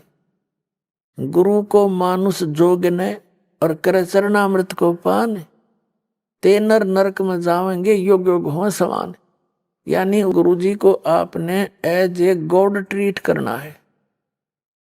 पुणात्माओं जो परमात्मा स्वयं आए थे कबीर जी, तो उन्होंने भी अपनी झलक किसी को विशेष भगत को ही छोड़कर अन्य किसी को ये महसूस भी नहीं होने दिया कि वो स्वयं उतरे हैं। और वो खुद कहते थे वो परमात्मा भाई सतलोक में रहता है, वो सदा सुखदाई है, वो अविनाशी है, तुम वहां से आए हो, वहां जाकर ही तुम्हें सुख होगा, वहां जाने की विधि ये ऐसे है बस। वो तो स्वयं परमात्मा भी थे। लेकिन गुरु अलग होता है, परमात्मा भिन्न होते हैं। गुरु तो केवल उस परमात्मा से मिलाने वाला आपको आपका एक मीडिया होता है, उस परमात्मा से मिलाने वाला होता है। परमात्मा अलग है, गुरु अलग है।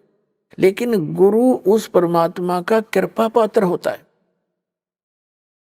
अब परमात्मा कहते हैं कि आप जी ने यहां अपने गुरु जी को एज ए गॉड ट्रीट करना पड़ेगा, भगवान की तरह व्यवहार करना पड़ेगा। उनको भगवान मान कर रिहर्सल करनी पड़ेंगे, अपने मन पापी को सेट करना पड़ेगा, आपने दुष्विचारों को रोकना पड़ेगा। संघर्ष रिहर्सल है ये आपकी। यहाँ बुलाकर आपको यहाँ क्रियाएं कराई जाती हैं, दंडोत प्रणाम कराया जाता है, आपसे 2 पैसे दान कराए जाते हैं और दान से ही आपको फिर यहाँ की सुख सुविधाएं मिलती हैं। कहते हैं देते को हर देत है, जहां तहां से आन, अन्ना दिया फिर मांगते फिर यो, परमात्मा सुने नहीं कान। तो जब तक हम दान नहीं करेंगे, धर्म नहीं करेंगे, तो आपको देगा कहां से। जैसे आप देखते हो एक तो कारों में चलता है और एक भीख मांगता फिर रहा, कागज चुग गए। अब वो दे दिए बाबा, कोई चौनी ना दे, सैकड़ा में एक आधा को दे जा, 2 रुपये मुश्किल दे। तो कहते हैं देते को हर देत है। आज एक व्यक्ति के ठाठ हैं आगो तो आगो, यहाँ झूठे, इस झूठी यहाँ के ठाठ जो है, कार भी है, कोठी भी है, फैक्ट्री भी लगा रखी है, तो वो पिछले जन्म का पुण्य है उसका। देते को हर देत है, जहां तहां से आन और ना दिया। जिसने दान नहीं करा मनुष्य जीवन पाके, और दान भी सुपात्र को हो, कुपात्र का किया हुआ व्यर्थ है। तो कहते हैं ना दिया वो मांगते फिरियो, फिर भगवान सुने ना कान। वो तो अब है आपका समय, जो दान आपने जो कर्म बनाने हैं, तो अब ये समय भी अब मिला आपको, जो पूर्ण संत भी ईव मिला। यहां किया हुआ आपका प्रत्येक अध्यात्म प्रयत्न 100% सफल होगा, क्योंकि पूर्ण गुरु और पूर्ण ज्ञान और पूर्ण भगवान। कहते हैं गुरु बिन माला फेरते, गुरु बिन देते दाने, गुरु बिन दोनों निष्फल है, चाहे पूछो वेद पुराण। और गुरु पृथ्वी पर कोई है नहीं इस दास के अतिरिक्त। आपका जच्चो चाहे मत जच्चो,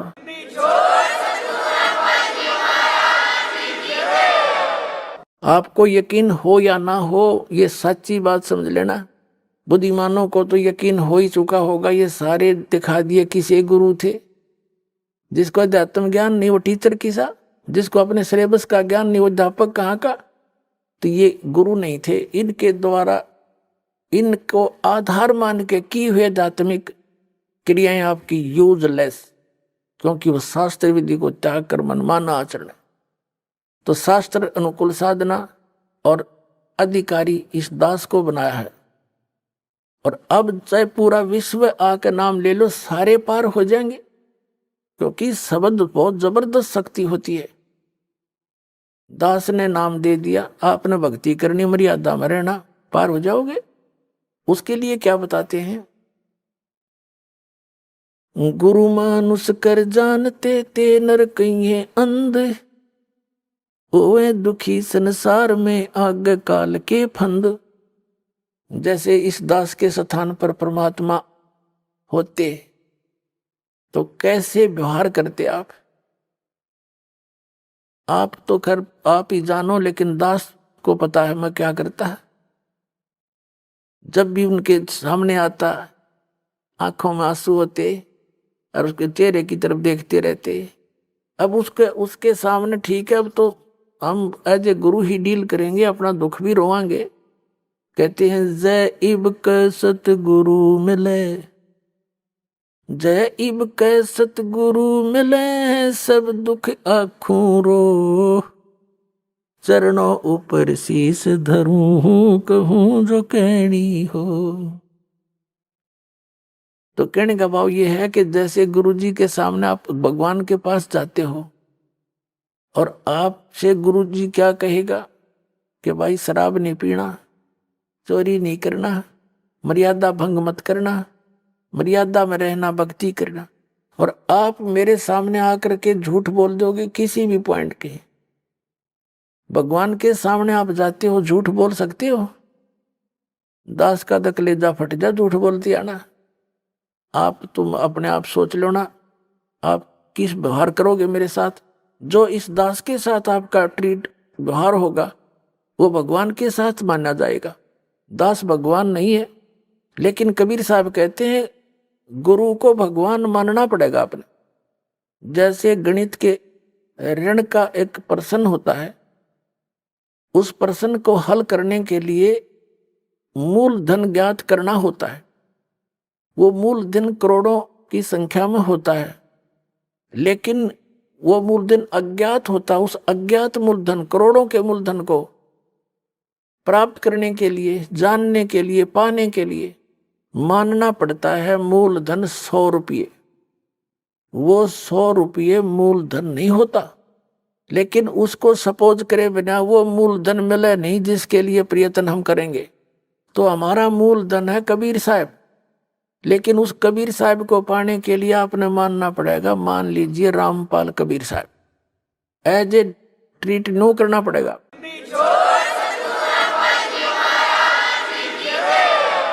और ऐसे सपोज करे बिना आप पा नहीं सकते उसको। ये नियम है, फार्मूला है। और जो स्टूडेंट फार्मूला वही लगा कर चलेगा तो उस पर्सन को हल कर लेगा, ना तो फेल हो ही तुम। तो हमने फेल नहीं होना। जब परमात्मा की स्कूल में आए हो, विद्यालय में, तो सारे फार्मूले लाओ। जब वह सफल हो गए तुम, तो कहते हैं मान लीजिए गुरुजी भगवान है, और भगवान के पास फिर गुरु सम्मुख ले झूठ संजोई, निश्चय नरक पड़े से सोई। वेद पुराण कहे सब साखी, साखी शब्द सब यूं बाकी। मानुष जन्म पाके खोए, और सतगुरु विमुखा युग युग रोए। गुरु सम्मुख ले झूठ संजोई, गुरु खा के झूठ बोले, निश्चय नरक पड़े से सोई। तो परमात्मा कहते हैं गुरु मानुष कर जानते ते नरकइये अंध, ओए दुखी संसार में फिर आग गए यम के फंद। अब क्या होगा पुण्यात्माओं? जैसे क्या बताया है कि शरण पड़े को गुरु संभाले, जान के बालक भोला रे। कहे कबीर तुम चरण चित राखो, ज्यों सुई में डोरा रे। ऐसा भेद संबंध बनाओ अपने गुरुदेव के प्रति, वो नकलियों के प्रति नहीं। नकली तो काल के दूत है, उन्हें तुरंत त्याग दो। कई भक्त चिंतित हो जाते हैं कि कहीं हम उन गुरुओं को छोड़ दें और कहीं हम हमारे ऊपर आपत्तियां ना आ जाए। आपत्ति तो उनका शरण में आओगी तुमने, उन्हें छोड़ दें तो जान बचेगी तुम्हारी। गरीबदास जी कहते हैं झूठे गुरु के लीतर लावे, और गरते काट घसीटे। इनके पीटे पाप नहीं है, इन निश्चय पीटे। इसे घटिया ये गुरु है, ये अनमोल जी उनका नाश करने लग रहा अपना भी। आप श्रद्धालुओं को मिसगाइड करे। तो कबीर साहब कहते हैं झूठे गुरु के पक्ष को, और तजत न लावे वार, और द्वार न पावे शब्द का वो भटके वार ही वार। फिर कहते हैं जब लग गुरु मिले नहीं साचा, तब तक गुरु करो 10 पाचा। जब तक सच्चा गुरु नहीं मिले, चाहे कितने गुरु बदलने पड़े, उसमें पाप नहीं लाभ होगा। कहते कबीर डूबे थे हम उबरे, गुरु की ज्ञान चमक, और बेड़ा देखा जर्जरा उतर चले फड़क। जैसे नौका टूटी ही और मझदार में जा रही हो, नीचे से पानी भरने लग रहा हो, और साथ में कोई दूसरी ले जाकर खड़ी कर दे बिल्कुल ओके, और उसने कहे या डूबेगी भाई, देखिए पानी भरने लग रहा है इसमें, और आ जाओ इसमें। विलंब कूद जाएंगे वो 1 सेकंड में। जो विकल्प नहीं हो तो डूबेंगे। जब विकल्प खड़ा कर दिया कि या ठीक सर इसमें आ जाओ, और फिर भी ना दे, फिर तो वो भांग पिए बैठे हैं। घटनों पानी में भी बड़े हैं, फिर भी नो के ओके है। तो जो दास प्रमाण दिखा रहा है, और ये नौका साथ में खड़ी कर दी कि ये है ओके इसमें आ जाओ, और यह सारी डूबेगी तुम्हारी, और अब भी उनको नहीं छोड़ रहे। उन्हें तो फिर नशा गणा हो रहा है, वो उनका क्या करें फिर हम। कबीर साहब कहते हैं कि ये चातुर पुराणी चोर हैं।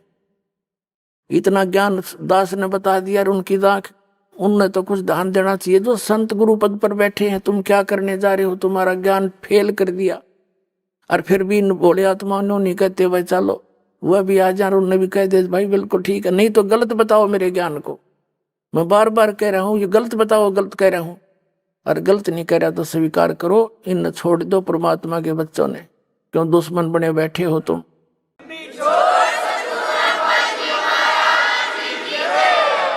तो पुण्यात्माओं ये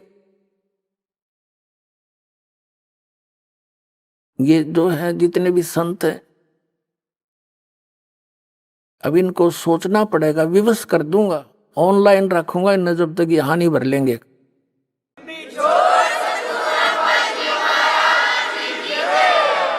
कबीर साहब कहते हैं चातुर प्राणी चोर हैं, जैसे मधु परमहंस हरिये नो कह बोला हमने आध्यात्मिक ज्ञान चर्चा ना करी। इससे सिद्ध है कि ये परमार्थी नहीं है। अगर ये संत होते तो रूपदास जी की तरह कह देते धर्मदास को कि बेटा जा अपना कल्याण करा ले, मेरे तो समझ में आती नहीं, और तुझे गुरु मिल गया है तो जा कल्याण करवा ले। तो उसने छोड़ दिया तो बोली आत्मा आ गया और कबीर साहब के चरणों में गिर गया। फिर तो बस पूछो मत। फिर तो सारी ये बात समझ में आ गई है, भगवान मेरा तो नाश हो जाता, मैं तो डूब गया था। बताया जीव कहाँ जाएंगे जो आपके शरण में नहीं आते। परमात्मा ने कहा था तू ज्यादा चिंता मत कर, या बिचली पीढ़ी का समय आओगा ना जो 5500 वर्ष बीत जाएगा कलयुग, तब देखूंगा मैंने सारा ने, और तू भक्ति कर, तेरे वंश भी तभी पार होंगे जब मैं दोबारा आऊंगा। अब परमात्मा ने आए तो दास भेज दिया पुण्यात्मा, 100 की 100 साची मान लेना। ये सब प्रमाण बताने लग रहे।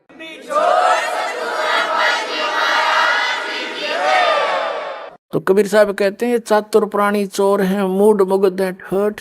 इतने प्रमाण देख के भी जो मूर्खा के चिपके रहेंगे नकलियां के, कहते वो तो मूड मुग्ध हैं ठोठ, वो तो कति ओलंड है, देसी भाषा में कह रहे बौड़ी बूझ है। इतने प्रमाण देख के और फिर उनके बैठे उन सतगुरु मान रहे, और फिर परमात्मा कहें जय वो फिर भी नहीं आते ना, हमने उनकी जरूरत भी नहीं है। चातुर प्राणी चोर हैं ये, मूड मुग्ध हैं ठोठ, और संतों के नहीं काम के उनको दो गलजोट। वो तो और दृढ़ कर दो उनको, मरे रहो वहीं पर। इतना ज्ञान समझ के भी ना मानते। तो पुण्यात्मा प्रसंग चल रहा था कि कर लो गुरु वकील मुकदमा भारी है। बहुत सबसे खतरनाक केस यू है आपका इस सृष्टि में कोई है तो आप काल की जेल में बंद हैं, और ये सिर्फ काल की खुली जेल है। आप ही से बच्चे पैदा करवा कर आपको एक और बंधन में बांध रहा है, और अपना करो धंधा रखाओ हैं और मर जाओ, फिर गधे बन जाओ, दूसरी जेल वो कठिन जेल में भेज दिया। तो कहने का भाव ये है कि अब आपको ये दास वकील मिल गया इस पृथ्वी पर, दूसरा वकील इस वकालत करनिया नहीं है इस काल के साथ में। और अब आप सभी ने ये वकील करना पड़ेगा, पूरे विश्व ने।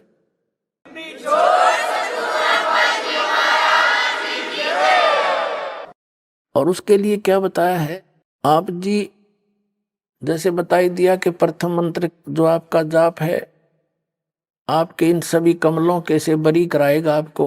जैसे ये राधा स्वामी पंथ वाले और जय गुरुदेव पंथ वाले ये एक विचार है इनके एक जैसे, क्योंकि ये राधा स्वामी पंथ से निकले हैं आगरा वाले से ही, और ये व्यास वाला भी, और धन धन सतगुरु सच्चा सौदा सिरसा और जगमाल वाली वाले, ये निरंकारी, ये ठाकुर जी वाले, ये सारे एक कुएं का पानी है। जनोद वाला जो बयानी में बना रखे, ये क्या कहते हैं कि हम तो सीधे त्रिकुटी पर ध्यान लगाते हैं, त्रिकुटी पर। हमने नीचे के इन कमल कमलों की कोई आवश्यकता नहीं। देखे घर का राज बना रहे हैं, अब विदेश में हैं और स्वदेश जाना है मान लीजिए, और वहां से वापस आने के लिए आपने वहां के सभी नो ड्यूज सर्टिफिकेट लेने पड़ेंगे, और तब आपका वापस आने का सारी क्लियरेंस होगी, तब आप वापस आ सकते हो। और आने के लिए फिर किराया भी चाहिए आपने। तो ये यहाँ हम जो रह रहे हैं, जैसे किसी ने टेलीफोन का कनेक्शन ले रखा था, बिजली का, पानी का, गैस का, धंधा ठीक होने ना होने के कारण वो सारे कट गए, उनके टैक्स दिए नहीं, तो दूने कंगाल हो गए। तो उस समय कोई ऐसा गारंटर चाहिए आपने जो सरकार से आपकी सुविधाएं चालू करवा दे, और फिर आपसे कहेगा कि आप अपनी कमाई करो और टैक्स भरो। तो बहुत अच्छी बात होगी, कमाओगे तो टैक्स भी भर दोगे। तो दास आपका गारंटर बना, दोबारा आपके ये सारे कनेक्शन चालू करवा दिए। अब इनके ये मंत्र जाप करो, इनकी मजदूरी करो, या साधना है, पूजा नहीं है। पुण्यात्माओं, पूजा और साधना में बहुत अंतर होता है। पूजा तो वो कसक है किसी वस्तु के पाने की, जैसे हमने जल प्राप्ति करनी है और जल पृथ्वी में है, तो हमारे अंदर जो पूजा है वो तो जल है पूज्य। उसके पाने के लिए जो भी हम प्रोसीजर अपनावाएंगे, जो इंस्ट्रूमेंट यूज कराएंगे, वो वही हो जो उस पानी को, पूज्य वस्तु को प्राप्त करा दे। इब हम लकड़ के लठ गेला नु खोदन लगे, कद तक खोदेंगे इसने। यानी जो गलत नाम है वो लक्कड़ के लठ से धरती खोद रहे हम, वो कभी नहीं हो सकता, वहां तक पहुंचे नहीं सकते। तो उसके लिए इंस्ट्रूमेंट है बोकी, बोकी और पाइप। जैसी सतनाम आपका है, ये बोकी और समझ लो पाइप है, और इसको लगाएंगे तो यह मजदूरी है। ये दो मंत्र, ये हमारा जाप, ये हमारा पूज्य नहीं है। उस पूज्य वस्तु को पाने के लिए ये इंस्ट्रूमेंट है हमारे, या साधना है, या मजदूरी है। और पूजा हम जल की कर रहे हैं, हम पूजा कबीर साहब की कर रहे हैं, सतलोक जाने की, उस सुख को पाने की। और ये जितने भी मंत्र हैं ये हमारे इंस्ट्रूमेंट हैं, ये हमारी साधना के हथियार हैं, ये औजार हैं हमारे। इनसे हम मिलेंगे, ये औजार ही वहां इस प्रोसेस में का, इस प्रोसीजर में यही कामयाब है, दूसरा कोई हो ही नहीं सकता। तो और मंत्र नहीं इस पृथ्वी पे मोक्ष प्राप्ति के, केवल यही मंत्र है जो दास आपको दे रहा। और ये प्रमाणित है, जिन महापुरुषों को परमात्मा स्वयं आकर मिले और उनको पहले तो सचखंड सतलोक दिखाया, जो स्थान की हमने कति भूल पड़ गई थी। अब पुण्यात्माओं जाइए, प्रमाण दास के पास नहीं होता तो थूक बिलो लेता मैं, किससे का जू नहीं रहेंगे वो। अब ये ऐसे एथेंटिक प्रमाण हैं जो आपके हृदय से हट नहीं सकते। आज किन किन को भगवान मिले? आदरणीय धर्मदास साहिब जी को, और इस कथा से खूब परिचित है पूरा कबीर पंथ। आदरणीय नानक साहिब जी को परमात्मा मिले, सचखंड लेकर गए, इससे पूरा सिख अच्छी तरह परिचित है कैसी घटना घटी थी। और ऐसे ही आदरणीय दादू साहिब जी के साथ हुआ था, ये भी दादू पंथी सब जानते हैं। ऐसे आदरणीय गरीबदास साहिब जी के साथ हुआ था, सतलोक लेकर गए थे, वापस छोड़ा था, ये पूरा गरीबदास पंथ जानता है। ऐसे घीसा दास साहिब जी के साथ हुए थे। तो कहने का भाव ये है कि उन महापुरुषों को उस परमात्मा ने कौन सी साधना दी थी सतलोक जाने की, तो वही हमने आवश्यकता पड़ेगी, उससे अतिरिक्त कोई भक्ति नहीं, कोई साधना नहीं। तो वो कौन से मंत्र थे? वो यही थे वो मंत्र। इनको आदेश दे दिया था सख्त कि धर्मदास मेरी लाख दुहाई, यो मूल ज्ञान की तबार न जाए। और फिर इसी प्रकार कहा था, धर्मदास मेरी लाख दुहाई, ये सार शब्द कहीं बार ना जाए। ये मूल ज्ञान और सार शब्द बार जो पढ़ी, बिचली पीढ़ी हंस नीति रही। अब जितना भी युग काल का सबसे ज्यादा, सबसे अधिक जो पंथ का विस्तार हुआ है, ये राधा स्वामी से हुआ है, दूसरे नंबर निरंकारी से हुआ है। और ये दोनों के दोनों गुरु ग्रंथ साहिब को पढ़ के न न्यारा सांग जोड़ा। और यदि ये मंत्र गुरु ग्रंथ साहिब में होते तो ये यही मंत्र देते पाते। तो बता, आज ये दास कैसे भिन्नता बताता आपको कि ये अधिकारी है नहीं, चल ये अधिकारी होते और ये मंत्र दे रहे होते तो कोई दिक्कत ना थी। मैं क्यों थूक बिलाऊं, वो क्यों सिर में दर्द करता, मैं भी लेकर नाम अपने पार हो जाता। ये अधिकारी नहीं है, इनके पास ये मंत्र भी नहीं है। और उनको परमात्मा ने, उन महापुरुषों को इसलिए मना कर दिया था कि यह बात बिगड़ जाएगी। बीचली पीढ़ी में मेरा और काल का एक एग्रीमेंट हो रहा है कि कलयुग में कितने जीव ले जाना। तो परमात्मा ने पता था कि बीचली पीढ़ी में पहले तो शिक्षित करूंगा इन सबको। नहीं, पिछला इतिहास देख लो, हमारे दादे परदादे ने कोई पाड़ी जाया करता, कोई हाड़ी जाया करता, कोई कितना मजदूरी करके अपना टाइम पास कराया करते, उन्हें पढ़ने की आवश्यकता नहीं थी।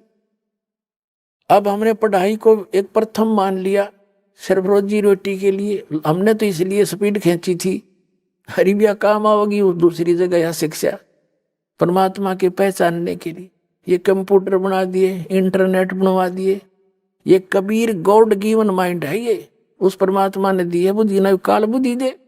ये तो पहले पिछला इतिहास देख लो, रथों में 4-4 5-5 गधे जोड़ कर ये खच्चर घोड़े और घसीटे अंडा करते, उसने सबसे बड़ी सवारी में अन्या करते। वो कोई तरीका था? एक दोन बाजो वैरो लठम लट्ठा गेला। तो ये ऐसी बुद्धि कर रखी थी इसने हमारी, ये कबीर साहब ने दिया है ये सारी टेक्निक। और दी किस लिए? आप जी को घर बैठे संदेश देने के लिए। वो इतना दयालु है कि घर बैठे दे दूंगा अपने बच्चों को शिक्षा, और पहचान लेंगे, पूरे विश्व में मेरा नाम होगा और सबका कल्याण होगा।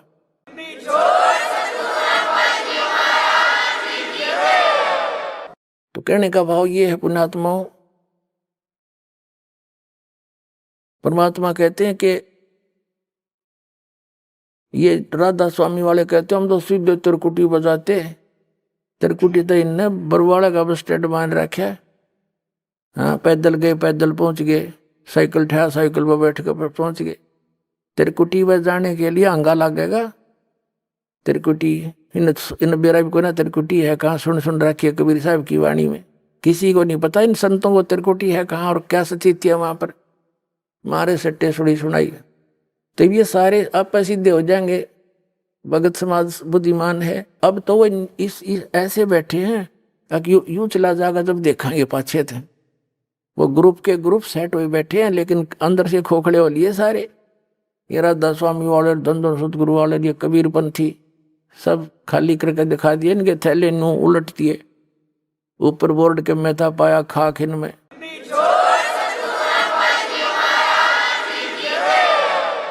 तिरकुटी पर जाने के लिए जैसे आपको बताया कि जैसे हमारा जल पूज्य है, पूजा हम जल की करते हैं, और ये नामों की साधना जो है ये तो इंस्ट्रूमेंट है अपने।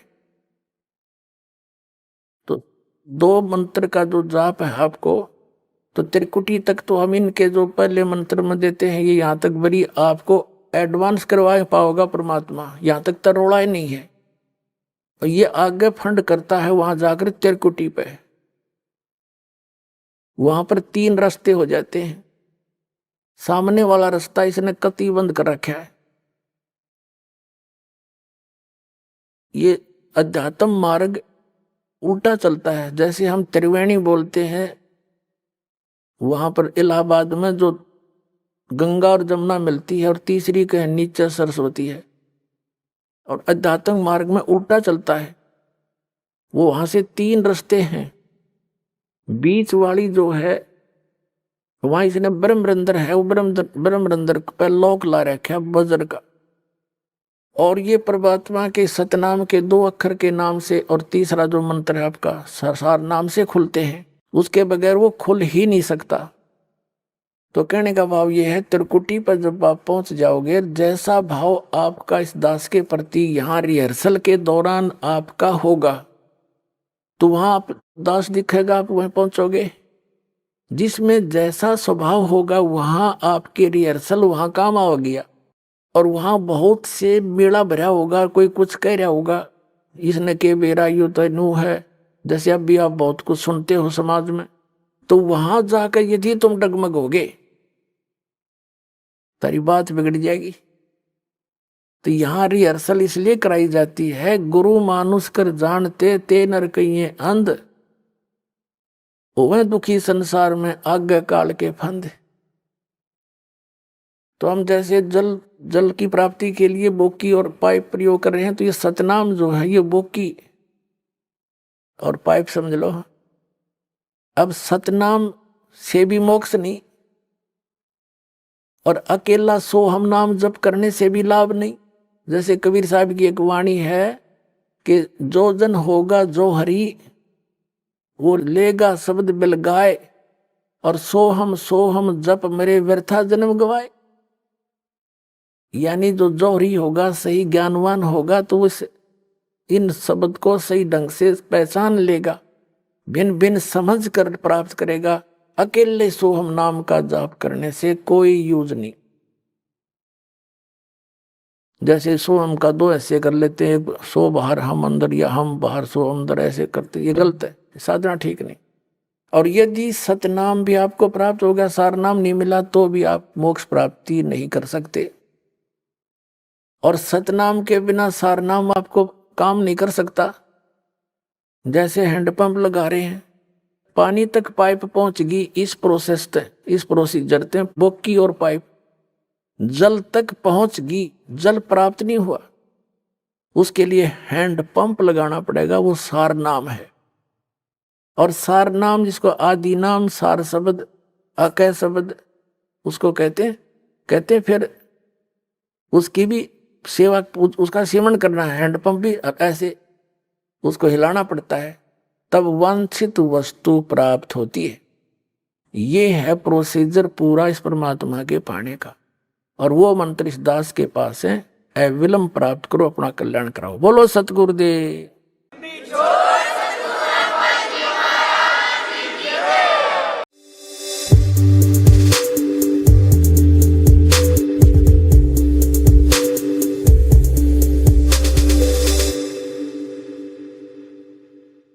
जी नमस्कार। नमस्कार सर। क्या नाम है आपका? प्रियंका गुर्जर। प्रियंका जी, कहाँ से आए हैं आप? सर मैं गंगापुर सिटी, सवाई माधोपुर, राजस्थान स्टेट से आई हूँ। संत रामपाल जी महाराज जी से नाम दीक्षा लेने से पहले आप क्या भक्ति साधना करते थे? सर मैं संत रामपाल जी से नाम दीक्षा लेने से पहले किसी भी तरह की भक्ति में ऐसा कोई रुझान नहीं रखती थी, ना ही किसी देवी देवता को पूजती थी, ना ही किसी सत्संग में जाना है। मतलब मैं भगवान नाम से बिल्कुल ही वंचित थी। मुझे भगवान का ज़्यादा कुछ पता नहीं था। बाकी कुछ मम्मी अपनी कथाओं में सुनाती थी कहानियाँ, जैसे भगवान की कहानियाँ, कभी राजा रानी की कहानियाँ, तो वहीं से हमें भगवान के बारे में पता चलता था। बाकी मैं अपने आप से कोई भक्ति ऐसी नहीं करती थी। मेरी मम्मी शुरू से ही भक्ति में बहुत ज़्यादा विश्वास करती थी, भगवानों पर। वो शंकर जी की ज़्यादातर पूजा किया करती थी। तो एक समय ऐसा आया हमारी ज़िंदगी में कि हमारे जो ताऊ जी हैं और मेरे पापा हैं, उनमें बहुत ज़्यादा झगड़ा लग गया था। और झगड़ा इतना भयंकर था कि एक दूसरे को मारने पर उतारू हो गए थे। मेरे पापा दिन रात कुल्हाड़ी जो होती है उसको घिसते थे ताकि मैं ताऊ जी, जो मेरे ताऊ जी, उनको मार सकूं, क्योंकि झगड़ा कुछ ज़मीन या पैसों का था। हम उस समय पर छोटे थे तो हमें ज़्यादा झगड़े का इतना नॉलेज नहीं था, लेकिन बाद में मम्मी पापा ने बताया तब हमें समझ में आया। तो मम्मी बहुत ज़्यादा चिंतित रहती थी उस झगड़े को लेकर। फिर एक दिन मेरी मम्मी चिंता में बहुत ज़्यादा बैठी हुई थी, तब मम्मी को एक संत जी ने दर्शन दिया, साक्षात दर्शन दिया, और उन्होंने कहा कि बेटा चिंता मत कर, आज से तीसरे दिन तेरा जो फैसला है वो हो जाएगा। तो मम्मी एकदम से चौंक के खड़ी हुई कि ये कौन थे जिसकी आकाशवाणी हुई है या ये जिनका दर्शन हुआ है। वो एकदम से चौंक गई। तो मम्मी वैसे ही मतलब ठीक है कि फिर उसके बाद जो तीसरा दिन आया तो ऑटोमेटिक ही जो रिश्तेदार हमारे यहाँ से आने से मना कर रहे कि भाई हमसे तो तुम्हारा फैसला नहीं हो सकेगा, वो ऑटोमेटिक ही हमारे घर पर आ गए और ठीक तरीके से वो फैसला ठीक ठाक हो गया। फिर उसके बाद मम्मी को ये चिंता थी कि ये जो संत मुझे अभी दर्शन दे के गए हैं 3 दिन पहले, ये कौन थे, कहाँ से आए थे। तो मम्मी ने फिर 2013 में टीवी पर एक सत्संग सुना संत रामपाल जी महाराज का, तो वो देखकर चौंक गई, क्योंकि वो जो संत थे वो संत रामपाल जी महाराज थे। और उस समय पर मम्मी ने या हमारे घर में से किसी ने भी संत रामपाल जी महाराज से नाम दीक्षा नहीं ले रखी थी, ना ही उनको जानते थे। फिर उसके बाद मम्मी ने संत रामपाल जी महाराज से 2014 में नाम दीक्षा ली। फिर उसके बाद मम्मी को कई बार मेरे बारे में संत रामपाल जी महाराज दर्शन देते थे साक्षात, और बोलते थे कि अपनी बेटी को जल्दी से जल्दी नाम दीक्षा दिलाओ, वरना इसको आगे जाकर कैंसर होगा और तुम्हारी बेटी बच नहीं पाएगी। तो मम्मी पहले तो वैसे ही शॉक्ड हो गई कि मेरी बच्ची हंसती खेलती अष्टपुरुष है, ऐसे कैसे हो सकता है। लेकिन फिर मम्मी संत रामपाल जी महाराज की बताई हुई भक्ति साधना करती थी, तो विश्वास भी करती थी उनके वचन पर। तो उन्होंने फिर मेरे पर प्रेशर बनाया कि तुम नाम दीक्षा ले लो। और उस समय पर मैं भक्ति में इतना रुझान नहीं रखती थी, जैसा कि मैंने आपको पहले भी बताया। तो मैंने मना कर दिया मम्मी को कि मम्मी मैं नाम दीक्षा नहीं लूँगी। तो मम्मी ने फिर भी इमोशनल ब्लैकमेल करके नाम दीक्षा दिलाई और मैंने नाम दीक्षा संत रामपाल जी महाराज से ले ली। प्रियंका जी, जैसे कि आपने बताया कि पहले आपको भगवान में कोई रुचि नहीं थी, ना ही कोई आस्था थी, लेकिन आपके घर वालों ने आपको संत रामपाल जी महाराज जी से नाम दीक्षा दिलवा दी, क्योंकि संत रामपाल जी महाराज जी ने आपकी माता जी को दर्शन देके बोला कि आपकी बेटी का जीवन ज़्यादा दिन का नहीं है, उनको कैंसर होने वाला है।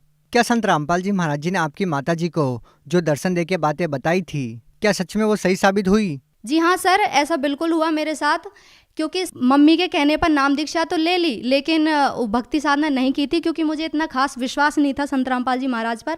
हालांकि मैंने उनका सत्संग सुन रखा था, लेकिन मुझे इतना रुझान नहीं था।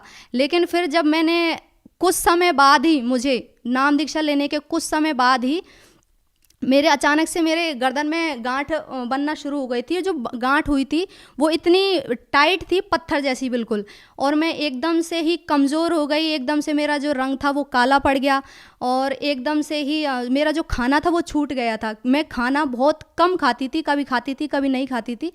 तो घर वालों ने ध्यान दिया कि एकदम से जो हष्ट-पुष्ट बच्ची थी हमारी, ये एकदम से कैसे कमज़ोर हो गई है। तो फिर घर वाले ऐसे ही पूछते थे, लेकिन मुझे खुद कुछ नहीं पता था कि ये हो क्या रहा है।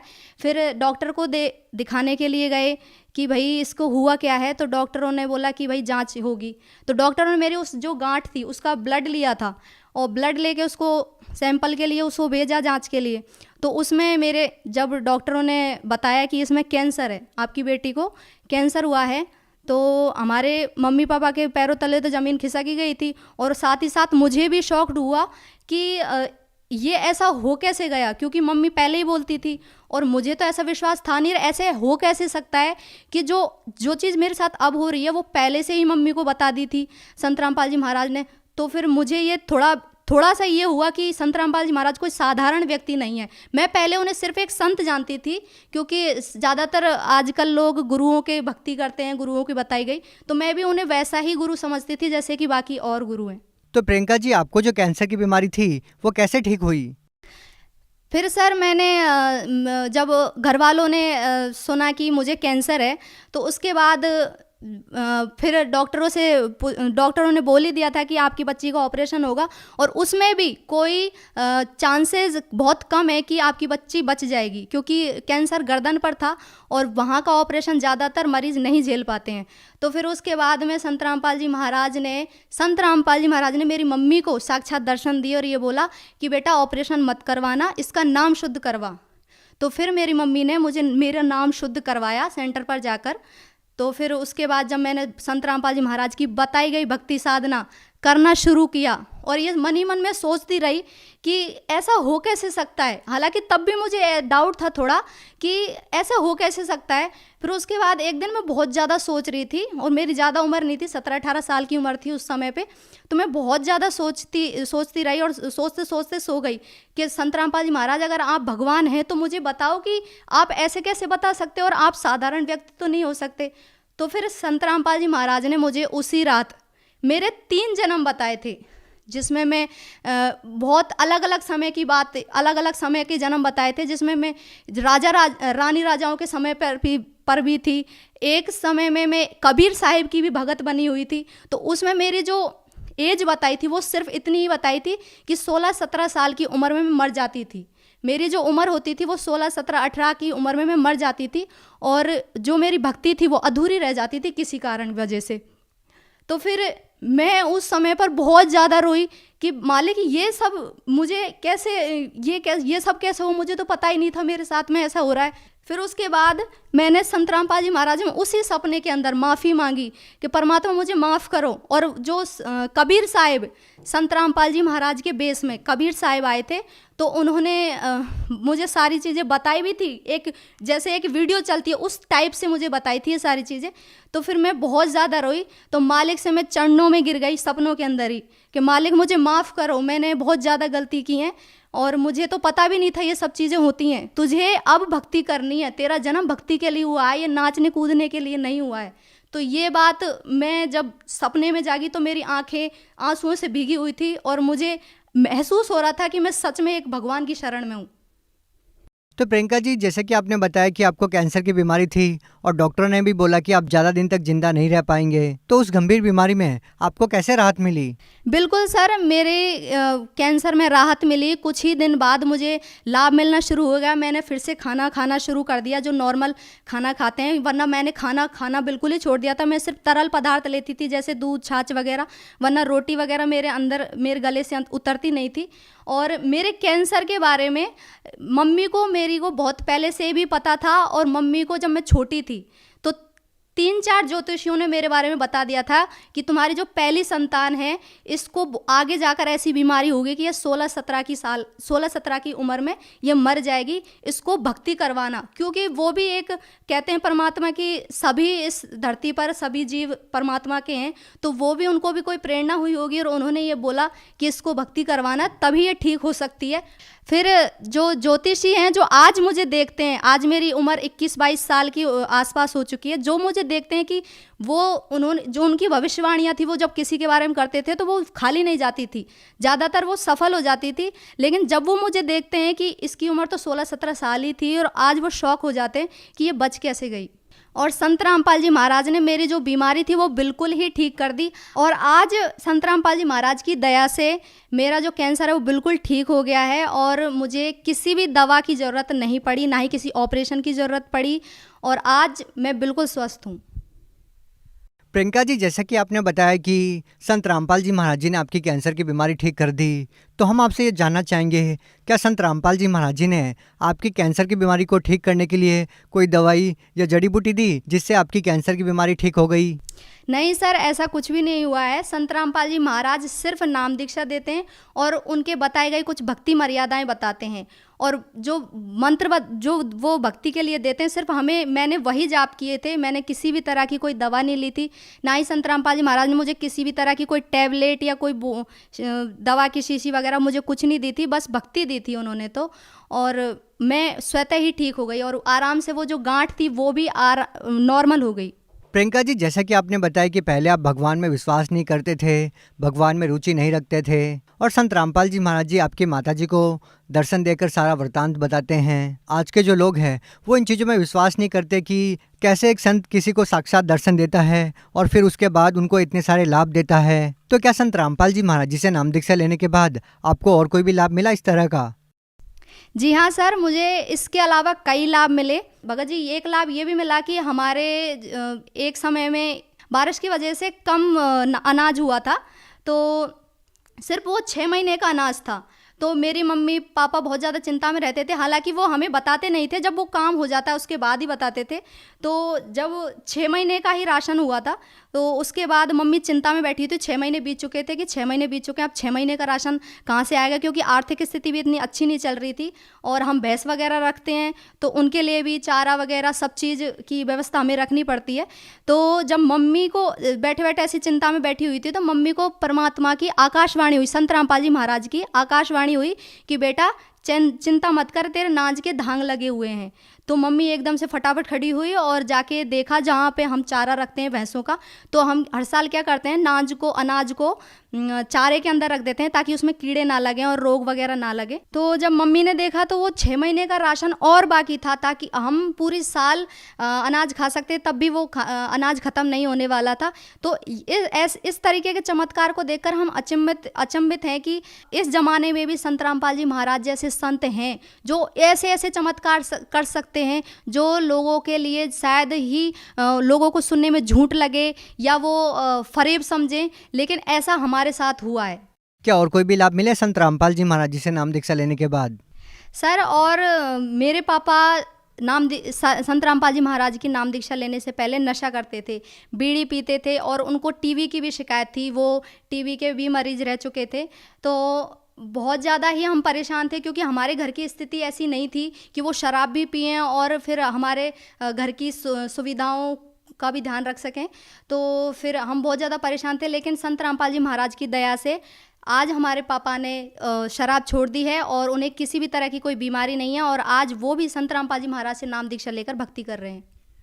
प्रियंका जी, जैसे कि आपने बताया कि संत रामपाल जी महाराज जी ने आपकी माता जी को दर्शन देके पहले ही बता दिया था कि आपको कैंसर होने वाला है और आप ज़्यादा दिन के मेहमान नहीं हैं, और भी इतने सारे ऐसे लाभ दिए जिनको जानकर हम खुद भी हैरान हैं, अचंभित हैं कि आज का जो समाज है वो इन बातों में बिल्कुल भी विश्वास नहीं कर सकता।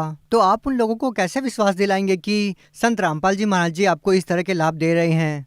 देखिए सर, जैसा कि मैंने आपको पहले भी बताया कि मुझे कैंसर हुआ था और डॉक्टरों ने बिल्कुल हाथ खड़े कर दिए थे। उसमें भी उन्होंने जब ऑपरेशन के लिए बोला तो चांसेस बहुत कम बताए थे कि ये मुश्किल ही बच सकती है, क्योंकि जो मेरी गांठ थी वो कैंसर की जो गांठ थी वो गर्दन के पास थी, गर्दन पर थी। तो ज़्यादातर हमने सुना है कि गर्दन के जो ऑपरेशन होता है कैंसर का वो ज़्यादातर मरीज बच नहीं पाते हैं। तो जब संत रामपाल जी महाराज ने बिना किसी दवाई के, बिना किसी मेडिसिन के मुझे ठीक कर दिया, तो ये हमारे लिए बहुत ही ज़्यादा चमत्कार वाली बात है। और मैं ये मानती हूँ कि जो डॉक्टर आज के समाज में हम डॉक्टर को एक भगवान का रूप मानते हैं कि डॉक्टर किसी भी बीमारी को ठीक कर सकते हैं, तो वहाँ पर डॉक्टरों ने जब मना कर दिया मेरे लिए, तो मेरे लिए बहुत शॉक्ड वाली बात थी कि संत रामपाल जी महाराज एक संत होते हुए भी एक कैंसर जैसी बीमारी को कैसे ठीक कर सकते हैं। तो लोगों को चाहे राजी से या गैर राजी से ये मानना ही पड़ेगा कि संत रामपाल जी महाराज ऐसे ऐसे चमत्कार कर सकते हैं भक्तों के साथ में जो ना किसी ने सोचे ना समझे हैं। और जो ये लोग नहीं मानते कि संत रामपाल जी महाराज से ऐसे ऐसे लाभ मिल सकते हैं भक्तों को, तो उनके लिए मैं एक खुद जीता जागता उदाहरण हूँ कि मेरी बीमारी ठीक हुई है, जबकि आपको मैंने पहले ही बताया था कि मुझे किसी भी संत में ऐसा विश्वास नहीं था। और मैं खुद एक पढ़ी लिखी हुई, मैं पोस्ट ग्रेजुएट लड़की हूँ। तो आप ये समझ सकते हैं कि लोग कहते हैं कि पढ़े लिखे लोग होते हुए भी तुम कैसे समझ सकते हो, तुम कैसे मान सकते हो कि संत रामपाल जी महाराज भगवान हैं। लेकिन आपको राजी से या गैर राजी से मानना ही पड़ेगा कि संत रामपाल जी महाराज भगवान हैं। प्रियंका जी, आप भी पढ़े लिखे हैं, तो आज का जो पढ़ा लिखा समाज है उन लोगों को आप क्या संदेश देना चाहते हैं? देखिए सर, मैं पढ़े लिखे समाज को एक ही संदेश देना चाहती हूँ कि मैं भी पढ़ी लिखी हूँ और मेरे साथ भी ऐसे चमत्कार हुए हैं जो अनबिलीवेबल थे, जो मेरे लिए शॉकिंग थे, कि जिन पर मैं पहले विश्वास नहीं करती संत रामपाल जी महाराज पर। लेकिन उनकी जब नाम दीक्षा लेकर मैंने उनकी भक्ति साधना करना शुरू किया, तब मेरे साथ ऐसे ऐसे चमत्कार हुए, जैसा कि मैंने आपको पहले भी बताया। तो ऐसे ही चमत्कार अगर आप पाना चाहते हैं तो संत रामपाल जी महाराज से नाम दीक्षा लीजिए और उनकी बताई गई भक्ति साधना कीजिए, आपको वो लाभ आपको ज़रूर मिलेंगे। और मैं गारंटी देती हूँ कि आपके कोई भी बीमारी होगी, कोई भी समस्या होगी, वो संत रामपाल जी महाराज की शरण में आने से ठीक हो जाएगी। जो व्यक्ति संत रामपाल जी महाराज जी से नाम दीक्षा लेना चाहते हैं वो उनसे नाम दीक्षा कैसे ले सकते हैं? देखिए सर, संत रामपाल जी महाराज से नाम दीक्षा लेना बहुत ही आसान है। कई टीवी चैनलों पर संत रामपाल जी महाराज का सत्संग आता है और सोशल मीडिया पर भी, जैसे कि ट्विटर, फेसबुक, यूट्यूब पर आप संत रामपाल जी महाराज को सर्च कर सकते हैं। उनके सत्संग वहाँ पे आप सुन सकते हैं। और जो सत्संग आते हैं टीवी चैनलों पर, वहाँ पर पीली पट्टी चलती है नीचे, तो उसमें कांटेक्ट नंबर दिए गए होते हैं। वो कांटेक्ट नंबर पर आप कांटेक्ट करके अपने नज़दीकी सेंटर पर जाकर नाम दीक्षा ले सकते हैं। संत रामपाल जी महाराज के हर ज़िले में नामदान सेंटर खुले हुए हैं, तो आप वहाँ पर जाकर उनसे नाम दीक्षा ग्रहण कर सकते हैं। जी बहुत बहुत धन्यवाद।